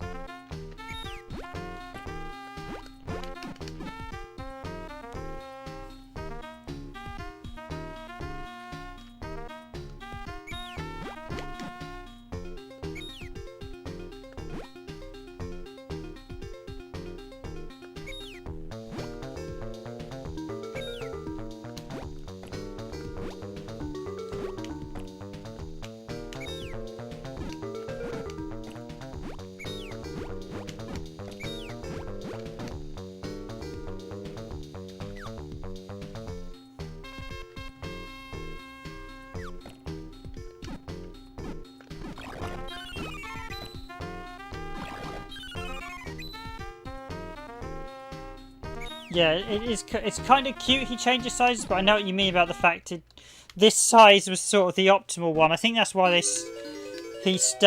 sort of kept him at it in Monster Boy. He's always seen at this size.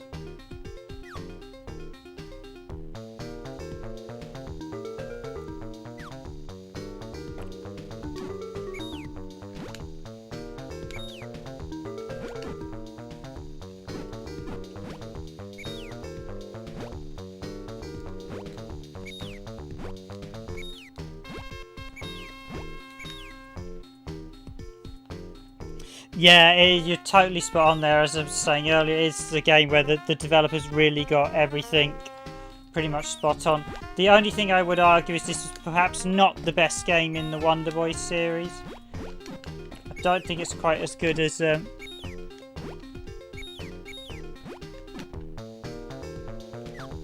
I quite like the larger thing, although I appreciate that it does get a bit odd once he's so massive. Yeah, they keep him this size, the smaller one, as he helps you out. He appears a few times and he actually helps you out. I highly recommend Monster Boy if you haven't played it. It's actually very well put together. It's one of those games.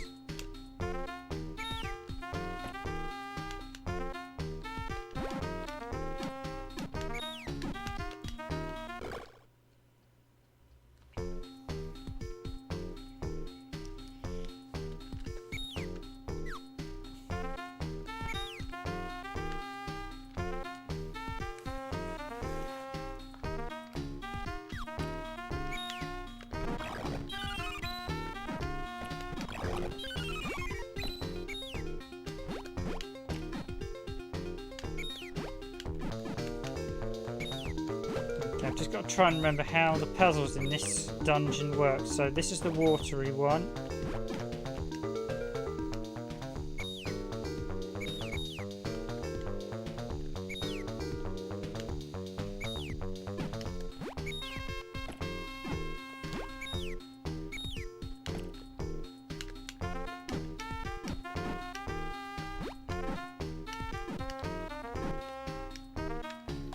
God, it's been a while. I've forgotten. This one I always remember was a bit more of a puzzle dungeon than the other one, the fire dungeon. Yeah, I mean, everything in this is pretty much... The art direction's superb. The music was so good. Pretty much most emulators couldn't correctly emulate it.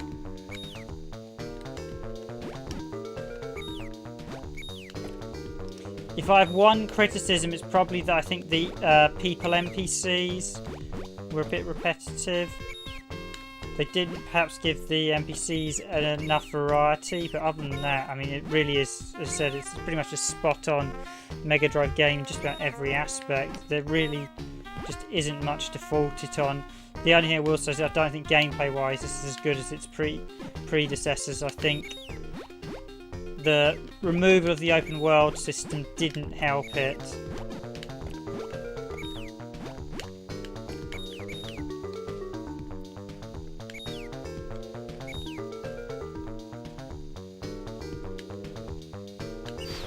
Oh, that's right, he's got to blow out the flames. That's what I was doing wrong.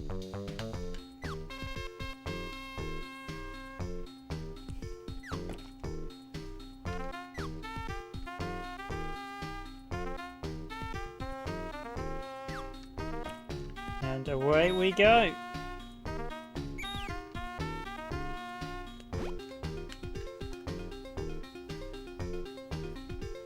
Games in 19... Yeah, it is... It's a bit weird. I think had this been an open world game, I think this may have been more wellly received among some of the hardcore fans.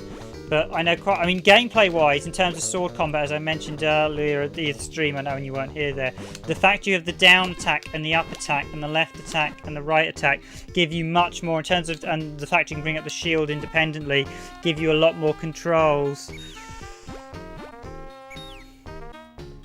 Oh really, you've only just played this on the hardware? Yeah, I'm actually playing this on my Mega Drive. I actually bought this copy must have been about 8-9 years ago now, so I've actually been playing it on the Mega Drive for some time. And the music is the one thing that gets me.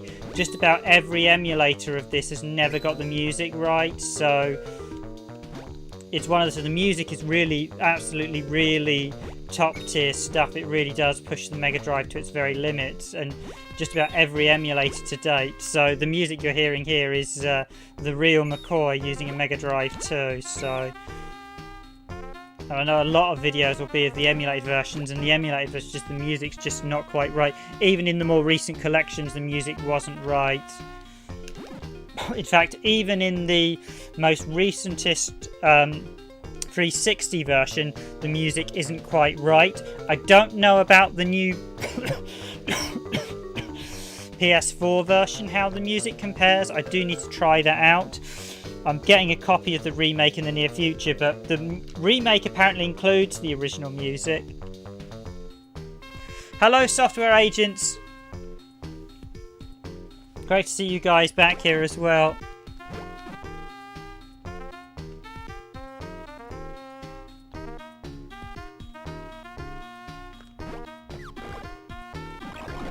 Yeah, my favourite track has to be the one for the Ice City, but there's so many emulated versions get that wrong, so I'm keen to try out the remake and see how the audio for that sounds.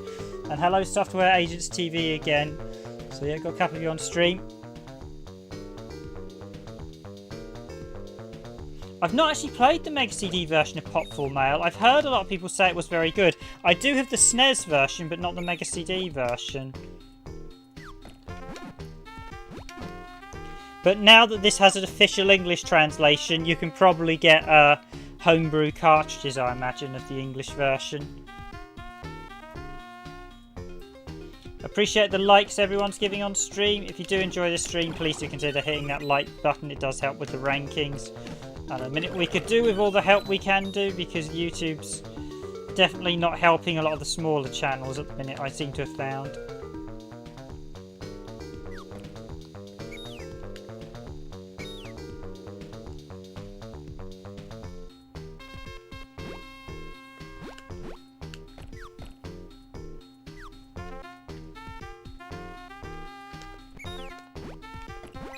Now, you do have to be careful when playing this. If you miss, as I mentioned earlier, if you miss one of the yin-yangs,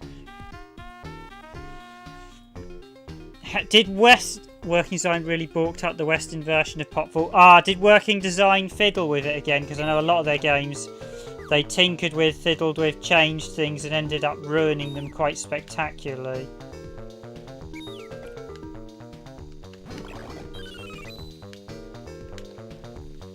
Silhouette Mirage was one such game that got heavily derided in its...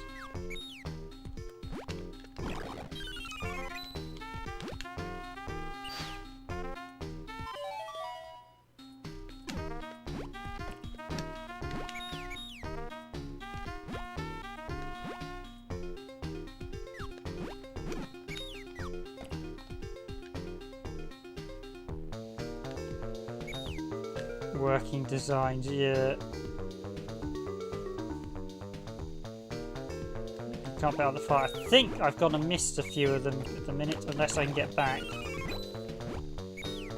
There was that treasure chest I just missed. Yeah, I've got the Sega Saturn version of Silhouette Mirage, and that's a fantastic game. I know, I've heard about the changes they made to the...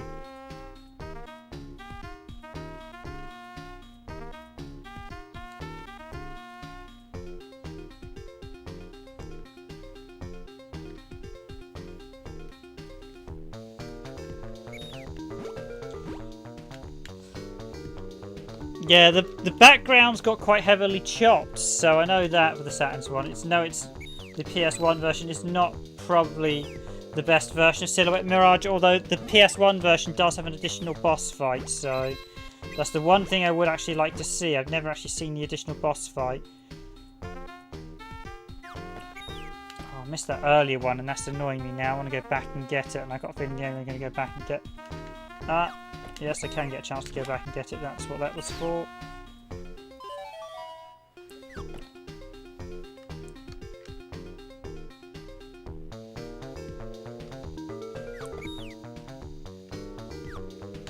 But yeah, over the years, Working Design's reputation for fiddling and altering games has kind of made them quite derided. A few of their games, they really made some unwanted translations. I actually know one of the games, I'm not going to mention what was put in it, but they changed the text in a way I very... Oh.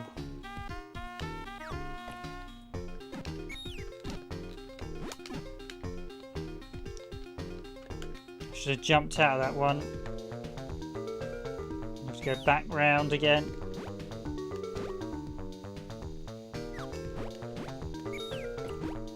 I think I have to get the water in this one to squirt out the fire, as I recall. But I want to get that treasure chest.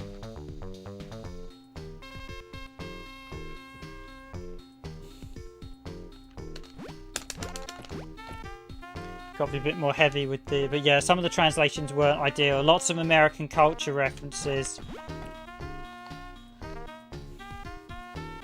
Which are okay if you understand the reference, but as a lot with sort of us in Europe, a lot of those references just sound totally out of place.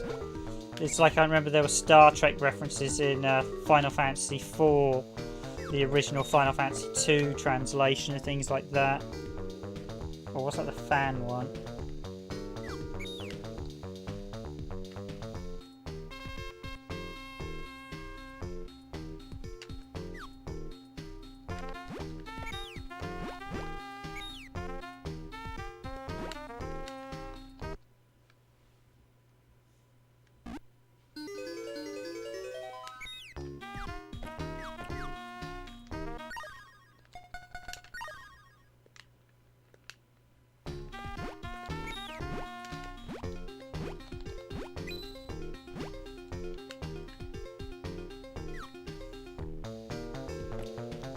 Yeah, Working Design just felt like doing a lot of silly things.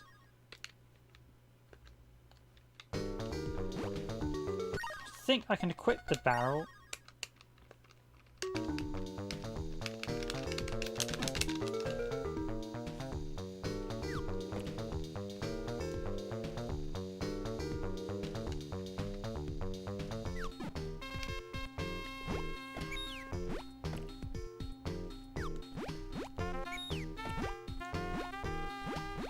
Yeah, it's basically, I mean, sometimes you can jazz up the translation and make it better. I mean, there are a few games where that happened, where the Japanese translation wasn't very good and they've jazzed it up to make the story sound slightly better. But generally, working design,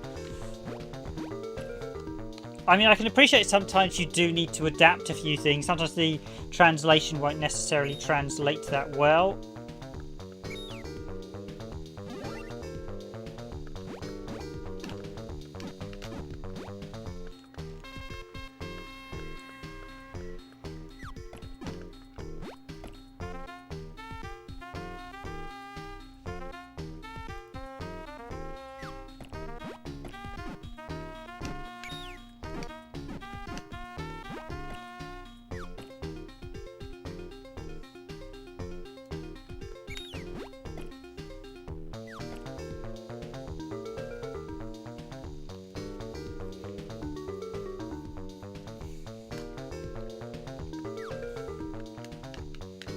Yeah, even Jeremy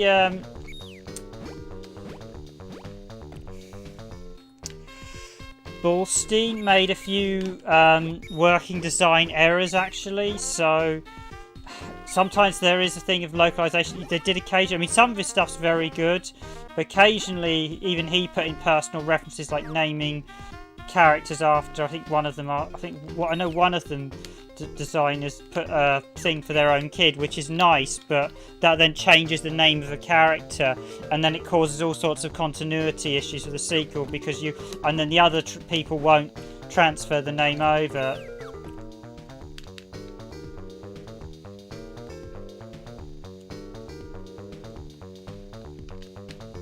Okay, now I've got to use the back.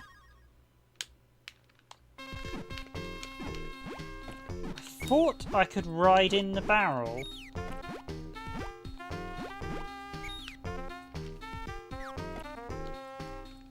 We need to fill it with water. I have a feeling this is one of those ones I need to re-enter via the way I came and you get to a different room.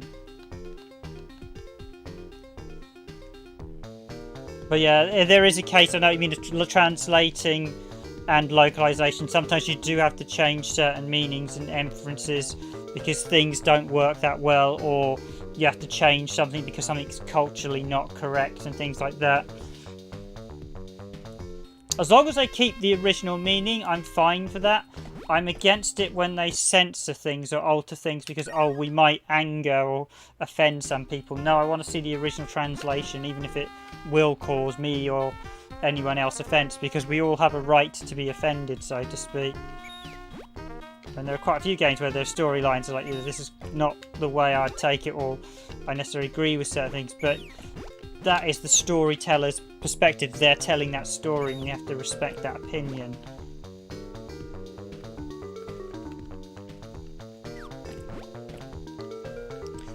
But localization can be a very... I mean, I've actually done localization, so I'm aware of the pitfalls you can encounter along the way.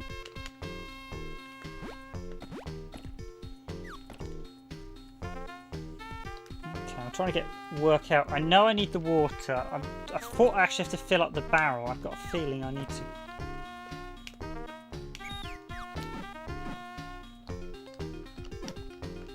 Ah, is it here? Yes.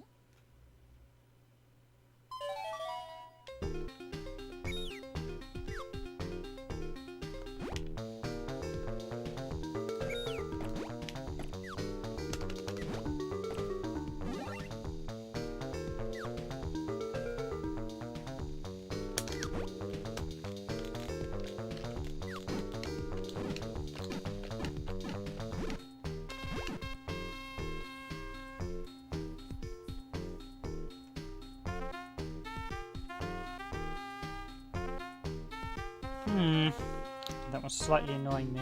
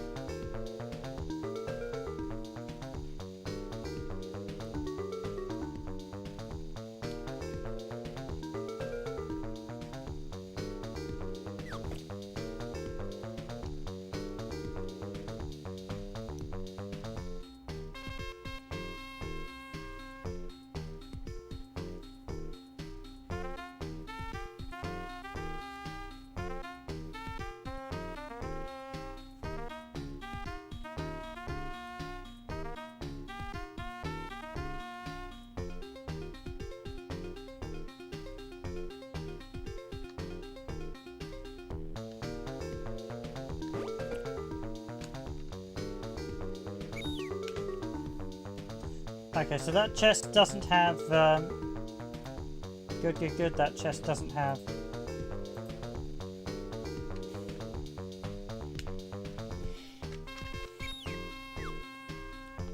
have a thingy, so I can just head this way. And again, guys, if you're enjoying the stream, very much appreciate if you'd hit that like button. It always helps with our rankings and actually getting people to find the videos.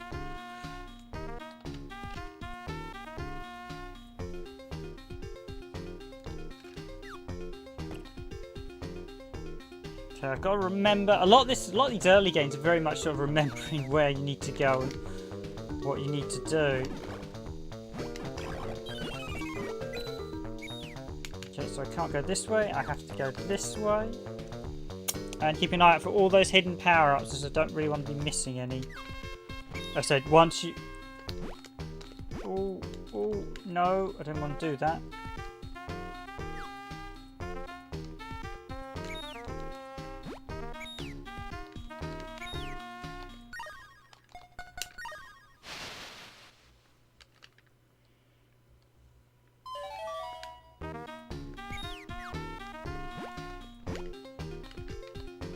We'll be back here in a second. This stage is very much around the houses, so to speak. Guess that's the first one out the way.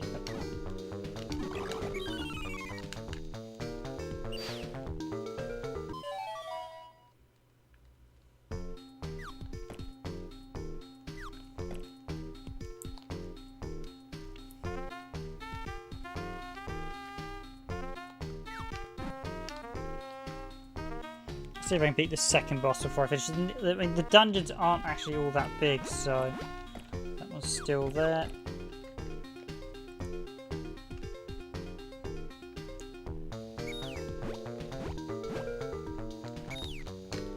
Oh, Pigloo, where were you?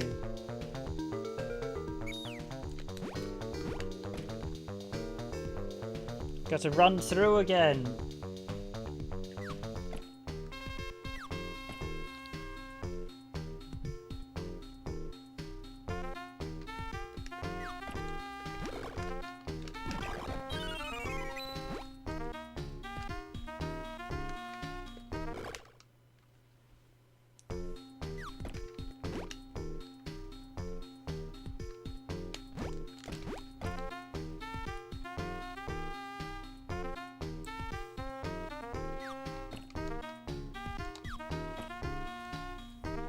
Or does one of these go through that top bit?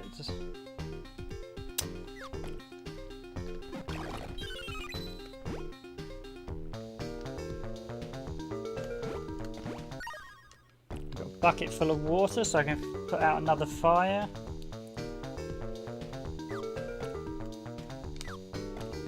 Let's go for the far right one this time, see where we end up.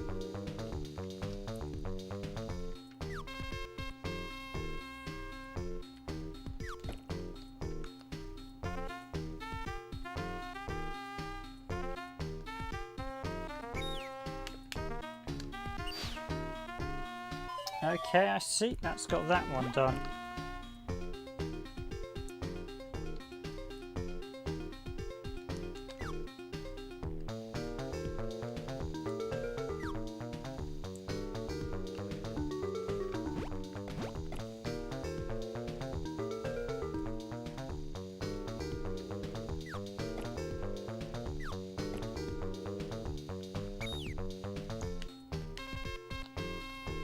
Eep, I should have ran across there and not fallen down. Never mind.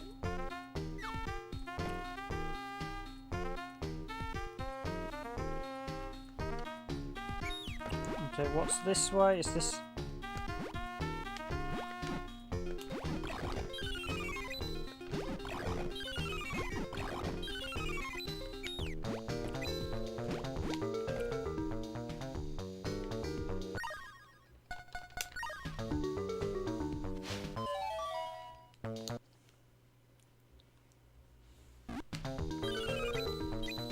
Yep, you do need to grab every secret, so there's another heart up for me. Probably actually getting near the end of this dungeon as well.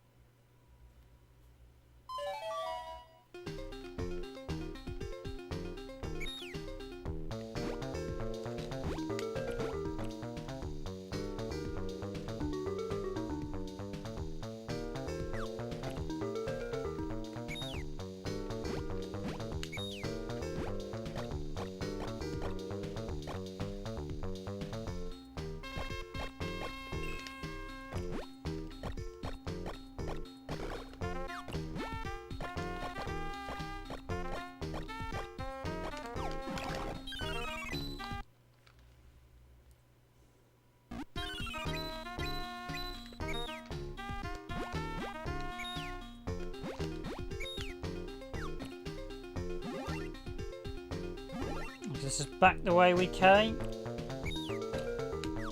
So it only leaves one route left to go. I filled up my bucket again, so we're good to go.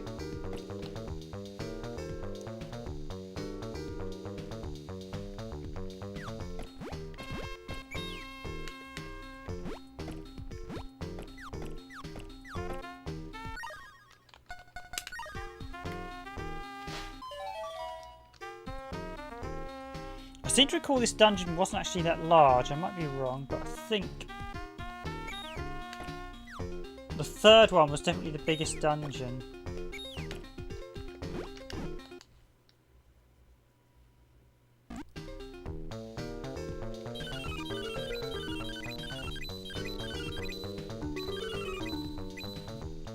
Just making sure nothing else comes out of that one, because sometimes you do get... I'm just going to...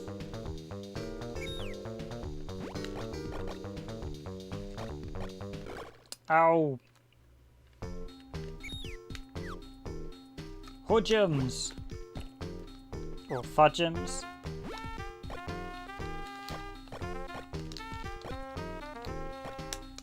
Gives a bit of range there. Jump up there.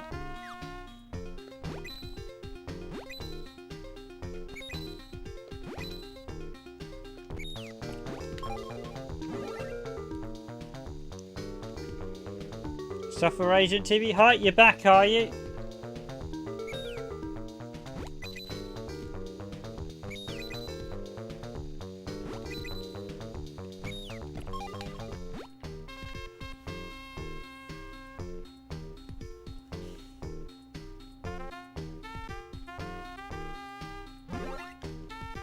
Yeah, I know he had Jeremy. I mean,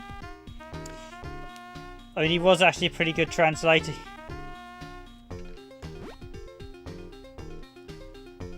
Yeah, because they did actually have him in Metal Gear Solid as one of the developers' ghosts, but they removed it because they had a bit of a bust up over something.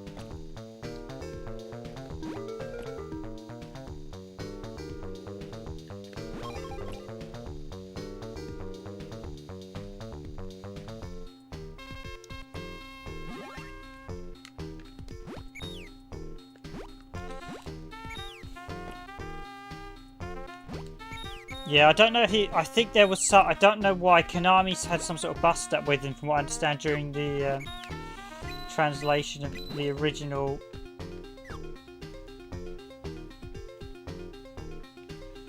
During Metal Gear 2, during Metal Gear 1, because I know there's his developer ghost is in it, but not.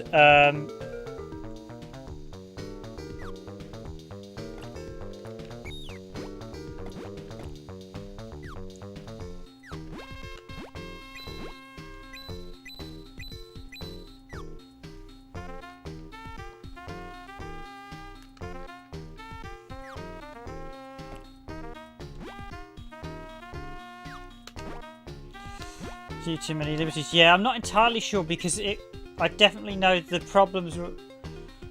Oh, I just got the bonus one there.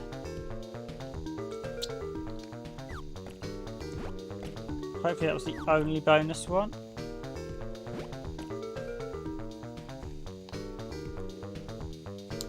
Yeah, there was actually a bust up during development, so I'm not sure if it was entirely over the translation. I think there may have been some other thing at play. I think I got all of them at that last section. I didn't quite see if there was one last blue one in the top of that thing when I fell down. Let me just check.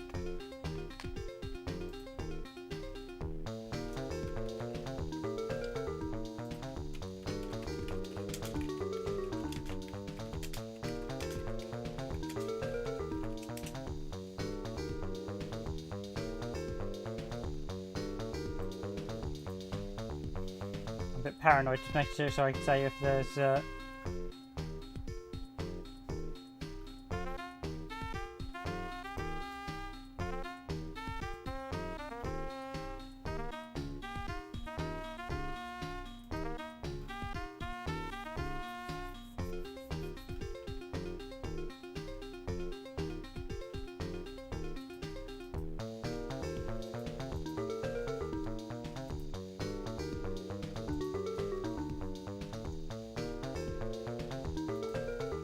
Yeah, I mean, this game isn't very long, but you get videos of people beating it in just over 3 hours, so...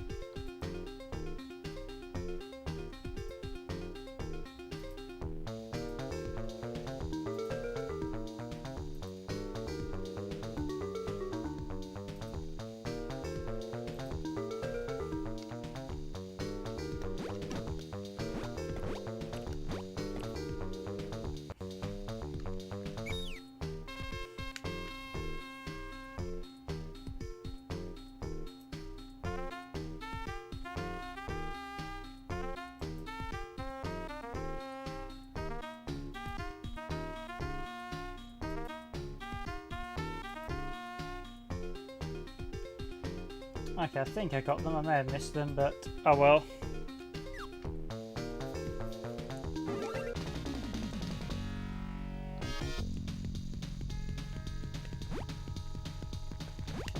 What's my thoughts on Monster World 4? So, as I explained, yeah, you went at the start of the street. So basically, yeah, I think this is visually, this is a absolutely fantastic looking Mega Drive game.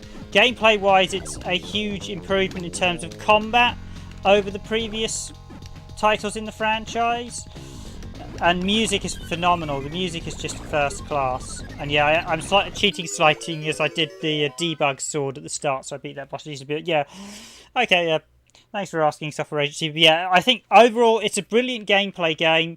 Visually, it looks stunning as well, and I think music-wise, it is, as Breadmaster was saying, a true shows you what happens when experienced developers that knew the Mega Drive knew how to make a game. The downside is, and I will be truthful about this isn't as good as the previous game because the level structure is much more linear, and as a result it's a far, far shorter game. So visually it looks better, but the dungeons perhaps go on a bit too long, and it really misses that open world feeling.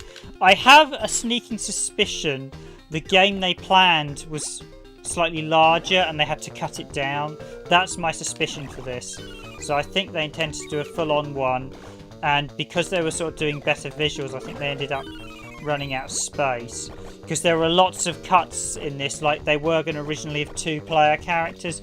There was going to be Asha and then Wonderboy, but they removed Wonderboy and we've never seen him back in it. So I'd like to think the remake would have added him back in, but I don't think it does. I did tweet the developers to say hopefully he'll be back in it, because this version should have the they should have had the DLC, should have had the remake, should have added in.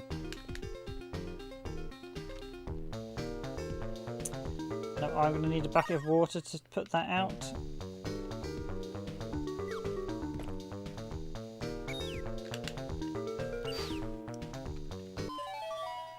So basically, I would say, I mean, I still highly recommend it, but I don't think it's the best game in the series, so to speak. But yeah, in terms of recommendations, this gets my vote every time. It is a phenomenal game.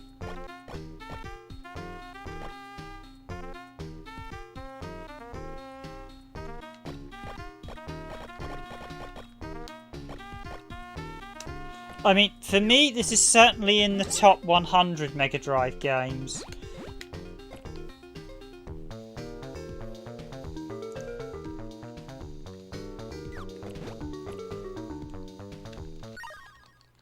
Certainly, probably in the top 50. No, it's definitely in the top 100. There are a lot of very good Mega Drive games. I think my biggest criticism would be the levels designs go on for too long. But if you like the structure of the levels in this one, you'll probably really like Wonderboy and Monsterland, which this is kind of feels like a cut down version of. Wonderboy and Monsterland is just fantastic.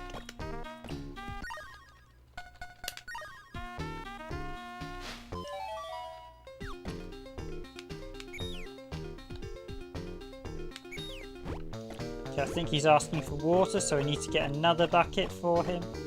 which is a little bit annoying, but never mind. But I mean, I wouldn't. This is still a fantastic game. I'm not gonna. It's better than It's much better than Monster Lair on the Mega Drive, and it's definitely an essential purchase. The weakest Wonderboy game on the Mega Drive is by far Monster Lair, which is that weird hybrid mix. It's sort of a homage to the original Wonderboy, and it doesn't quite work. I think the original Wonderboy is a much better game because it's a bit of a sort of shooter come platformer. I don't think that one quite works.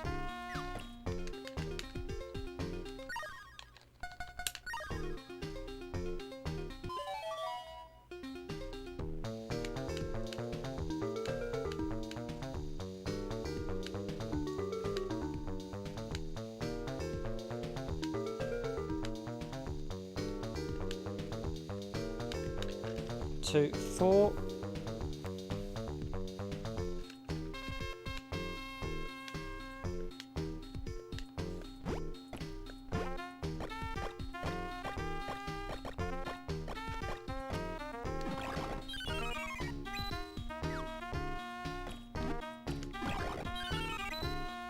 Two. I realise what he's telling me. 2, 4. Yeah, Wonderboy and Monsterland got a PS3 release, as did Monster Lair, and I think, yeah, the Wonderboy 5 as well got, because basically you got, it's weird, they did a collection on 360, so 1, 2, 3, 4, 5, so 2, which should be this one, assuming it's, and 4. Is this the right order? Yes, it is. Because the collection, they did a Mega Drive collection on the 360, but for some reason the collection was sold independently on the PS3. So you got the 3 games. You got this. It's weird. It was missing. It was basically you got this, the arcade one, the second arcade game, Monsterland, and the third game, Monster World, or basically Wonderboy 5, Monster World 3, or it's just called Wonderboy Monster World on the Mega Drive, just to add to the confusion, because there's like because the Master System version I think is called Super Wonderboy in Monsterland.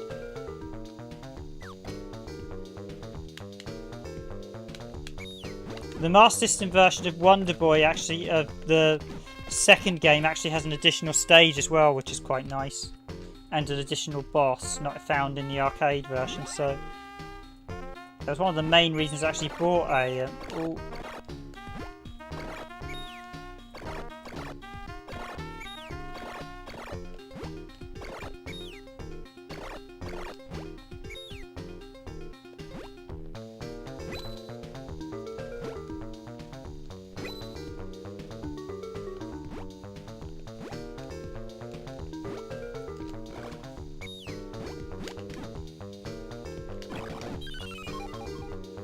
I may have missed the blue hearts, so although I may have got them all, I'm not entirely sure.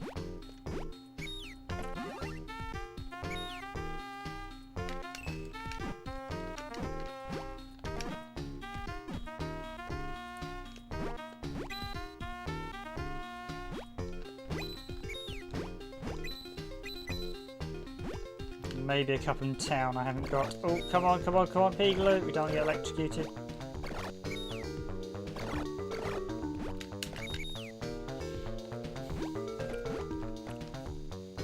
But yeah, this is definitely one of the Mega Drive games as well. Wonderboy 5, Monster World 3. Yeah, it's such a bad title, and it's just called Wonderboy in Monsterland on the Game Boy, so on the in the Western release. They should have just stuck with the Wonderboy title and just called it Wonderboy 2, Wonderboy 3, Wonderboy 4. So this has just been Wonderboy 6. Or Wondergirl.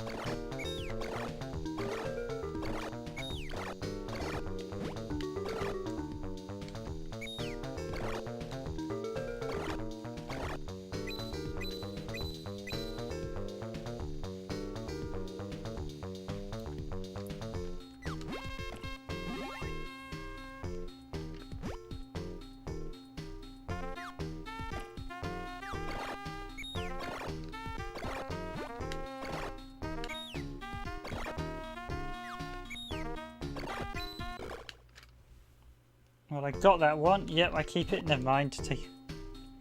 Yeah, the naming convention gets a bit baffling in the Wonderboy series. Wonderboy 6, Wondergirl. Yeah, that would have been a better name for it. One of the other problems is the fact, or Wondergirl in Monster World, yeah. One of the other problems is the fact a lot of people get confused with Wonderboy 4. So Wonderboy 4 is Wonderboy in Dragon's Trap, or as it's known in Japan as Monsterland 2 or Monster World 2. In the European release, they incorrectly renamed, because they wanted to keep a fluency with the titles on the Master System. It got renamed Wonderboy.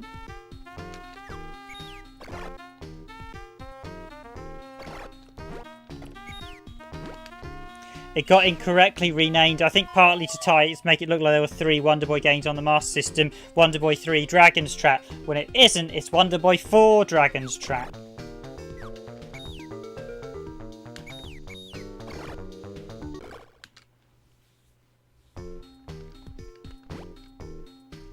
So whenever somebody says Dragon's Trap, no, Wonderboy 4 is Dragon's Trap.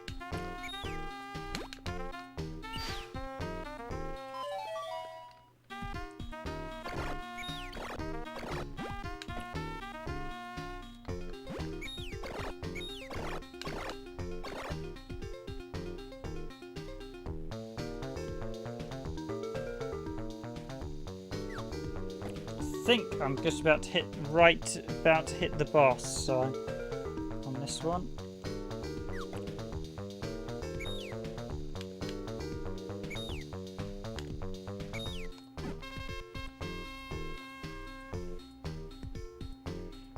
Yeah, so basically the original Wonderboy is the arcade game.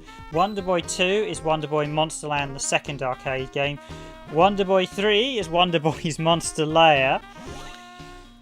But the second arcade game is also the first Monster World game. So Monster Lair is Wonderboy 3, but because Monster Lair didn't get a Master System release, so Wonderboy in Dragon's Trap is Wonderboy 4, but because that didn't get because they didn't do Monster's Lair initially, they renamed, and because they wanted to keep, so basically Sega Europe were idiots. Instead of calling it Wonderboy 4, they called it Wonderboy 3, clearly because they were concerned people might get confused. And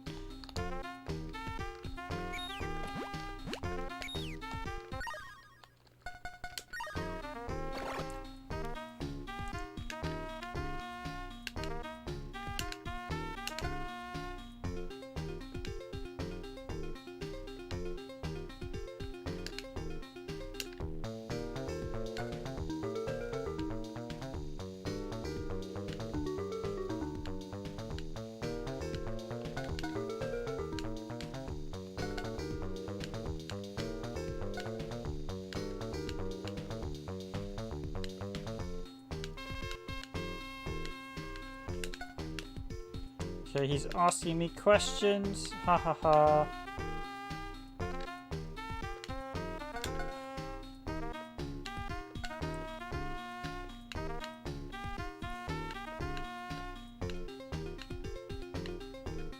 To say yes to the first one. Okay, so I need to say no to the. So no to the first one, yes to the second.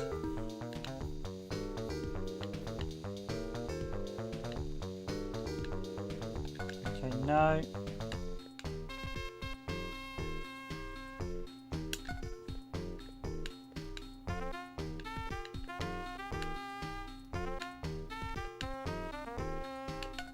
Let's try yes to that one.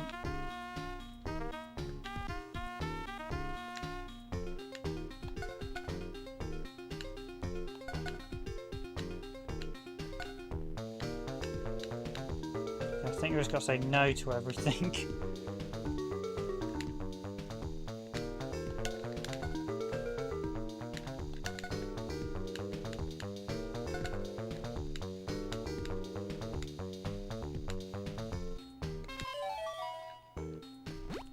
Okay, there we go.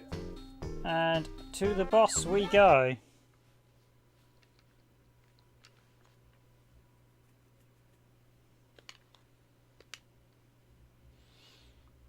We've got some nice transparency effects in the background, although they're probably mirror effects or flashing ones. So no, they look like they might be interesting mesh effects. I think they're mesh effects, but they're done in a way they hide the fact they're mesh effects.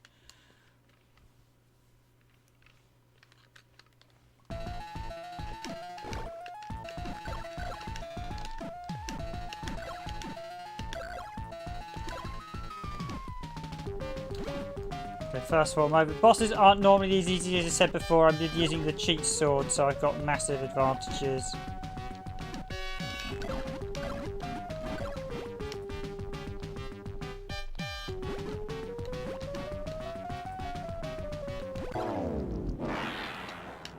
Well, that's the first two bosses done and dusted.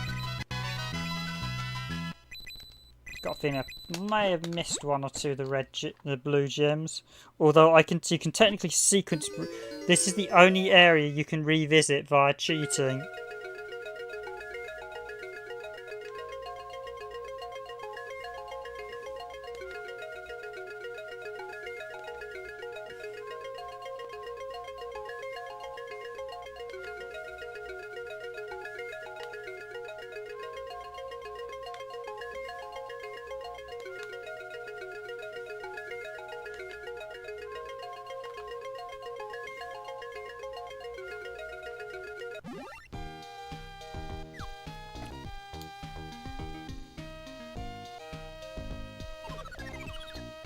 Okay, and with that, I'm going to bid you adieu. I suppose I probably will try and get a playthrough in at some point of this.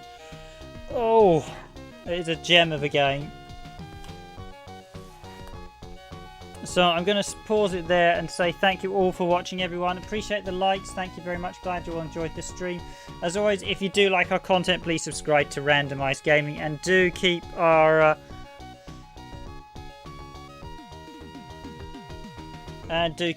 your eye on the channel for future videos, etc.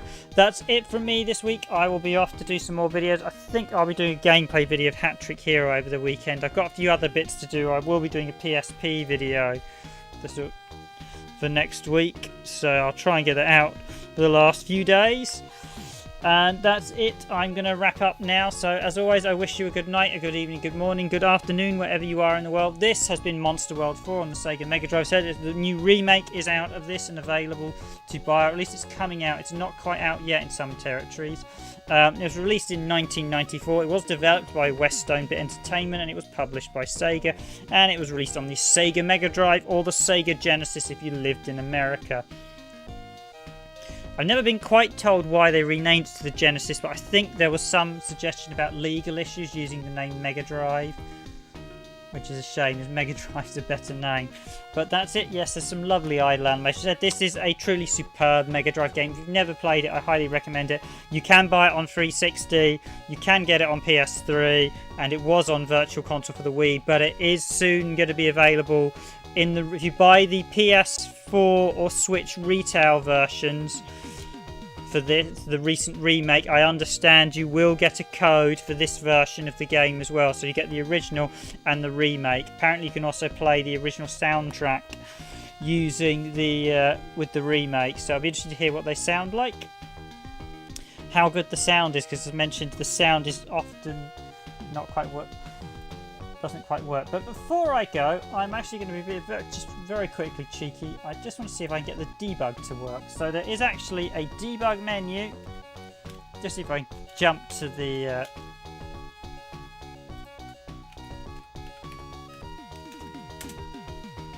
So I've shown you the sound test at the start, and I've shown you how to get the thing. So...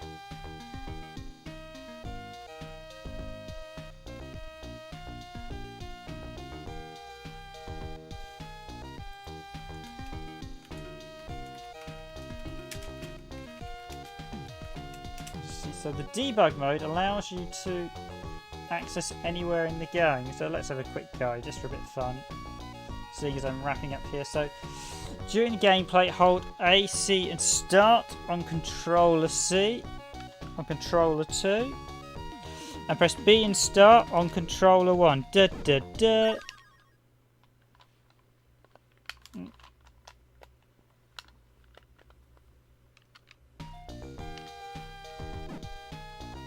Yep, and there we go, debug.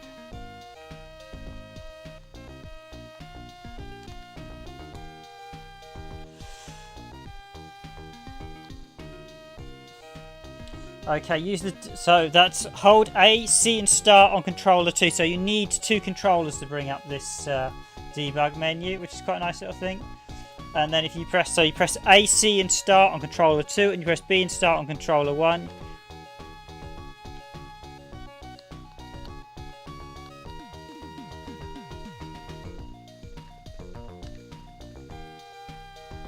So I go 3, 1.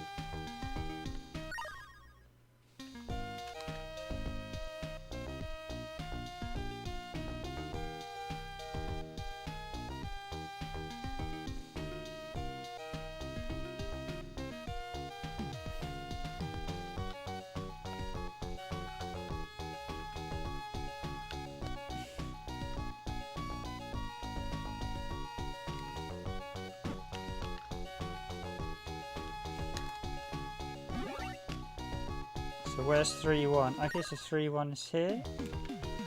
Just seeing if I can find the...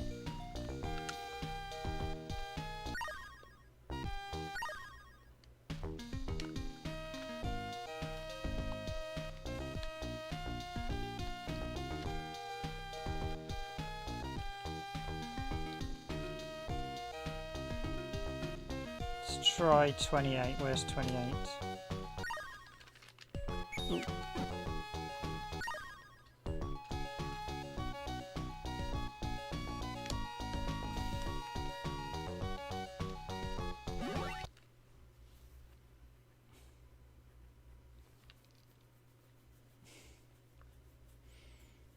Dun, dun, dun. Okay, we've crashed it. I've jumped to a position that wasn't in the game. Never mind. So yeah, you can actually view the ending as well.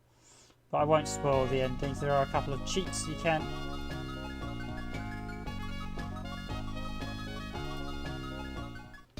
I'm just about to finish. I'm just showing that cheat off for a bit of fun. So that's it. Thanks for joining Software Agent TV. I'm going to wrap this up now. Hope you all enjoyed the stream. As always, do hit that like button. I've been your host for this stream, Random Gamer Riven. So yep, you saw the debug menu there as well, which is quite a bit of fun, although I inadvertently crashed it, but never mind. 28 is obviously not a location you can jump to. But thank you all for watching. Have a good night. I'll be back next week streaming again. And in the meantime, I wish you a good night, a good evening, good morning, good afternoon, wherever you are in the world. And I will see you all next week streaming at the regular time. Not sure what games I'll be streaming, but I'll do one of the consoles. Anyway, see you all soon.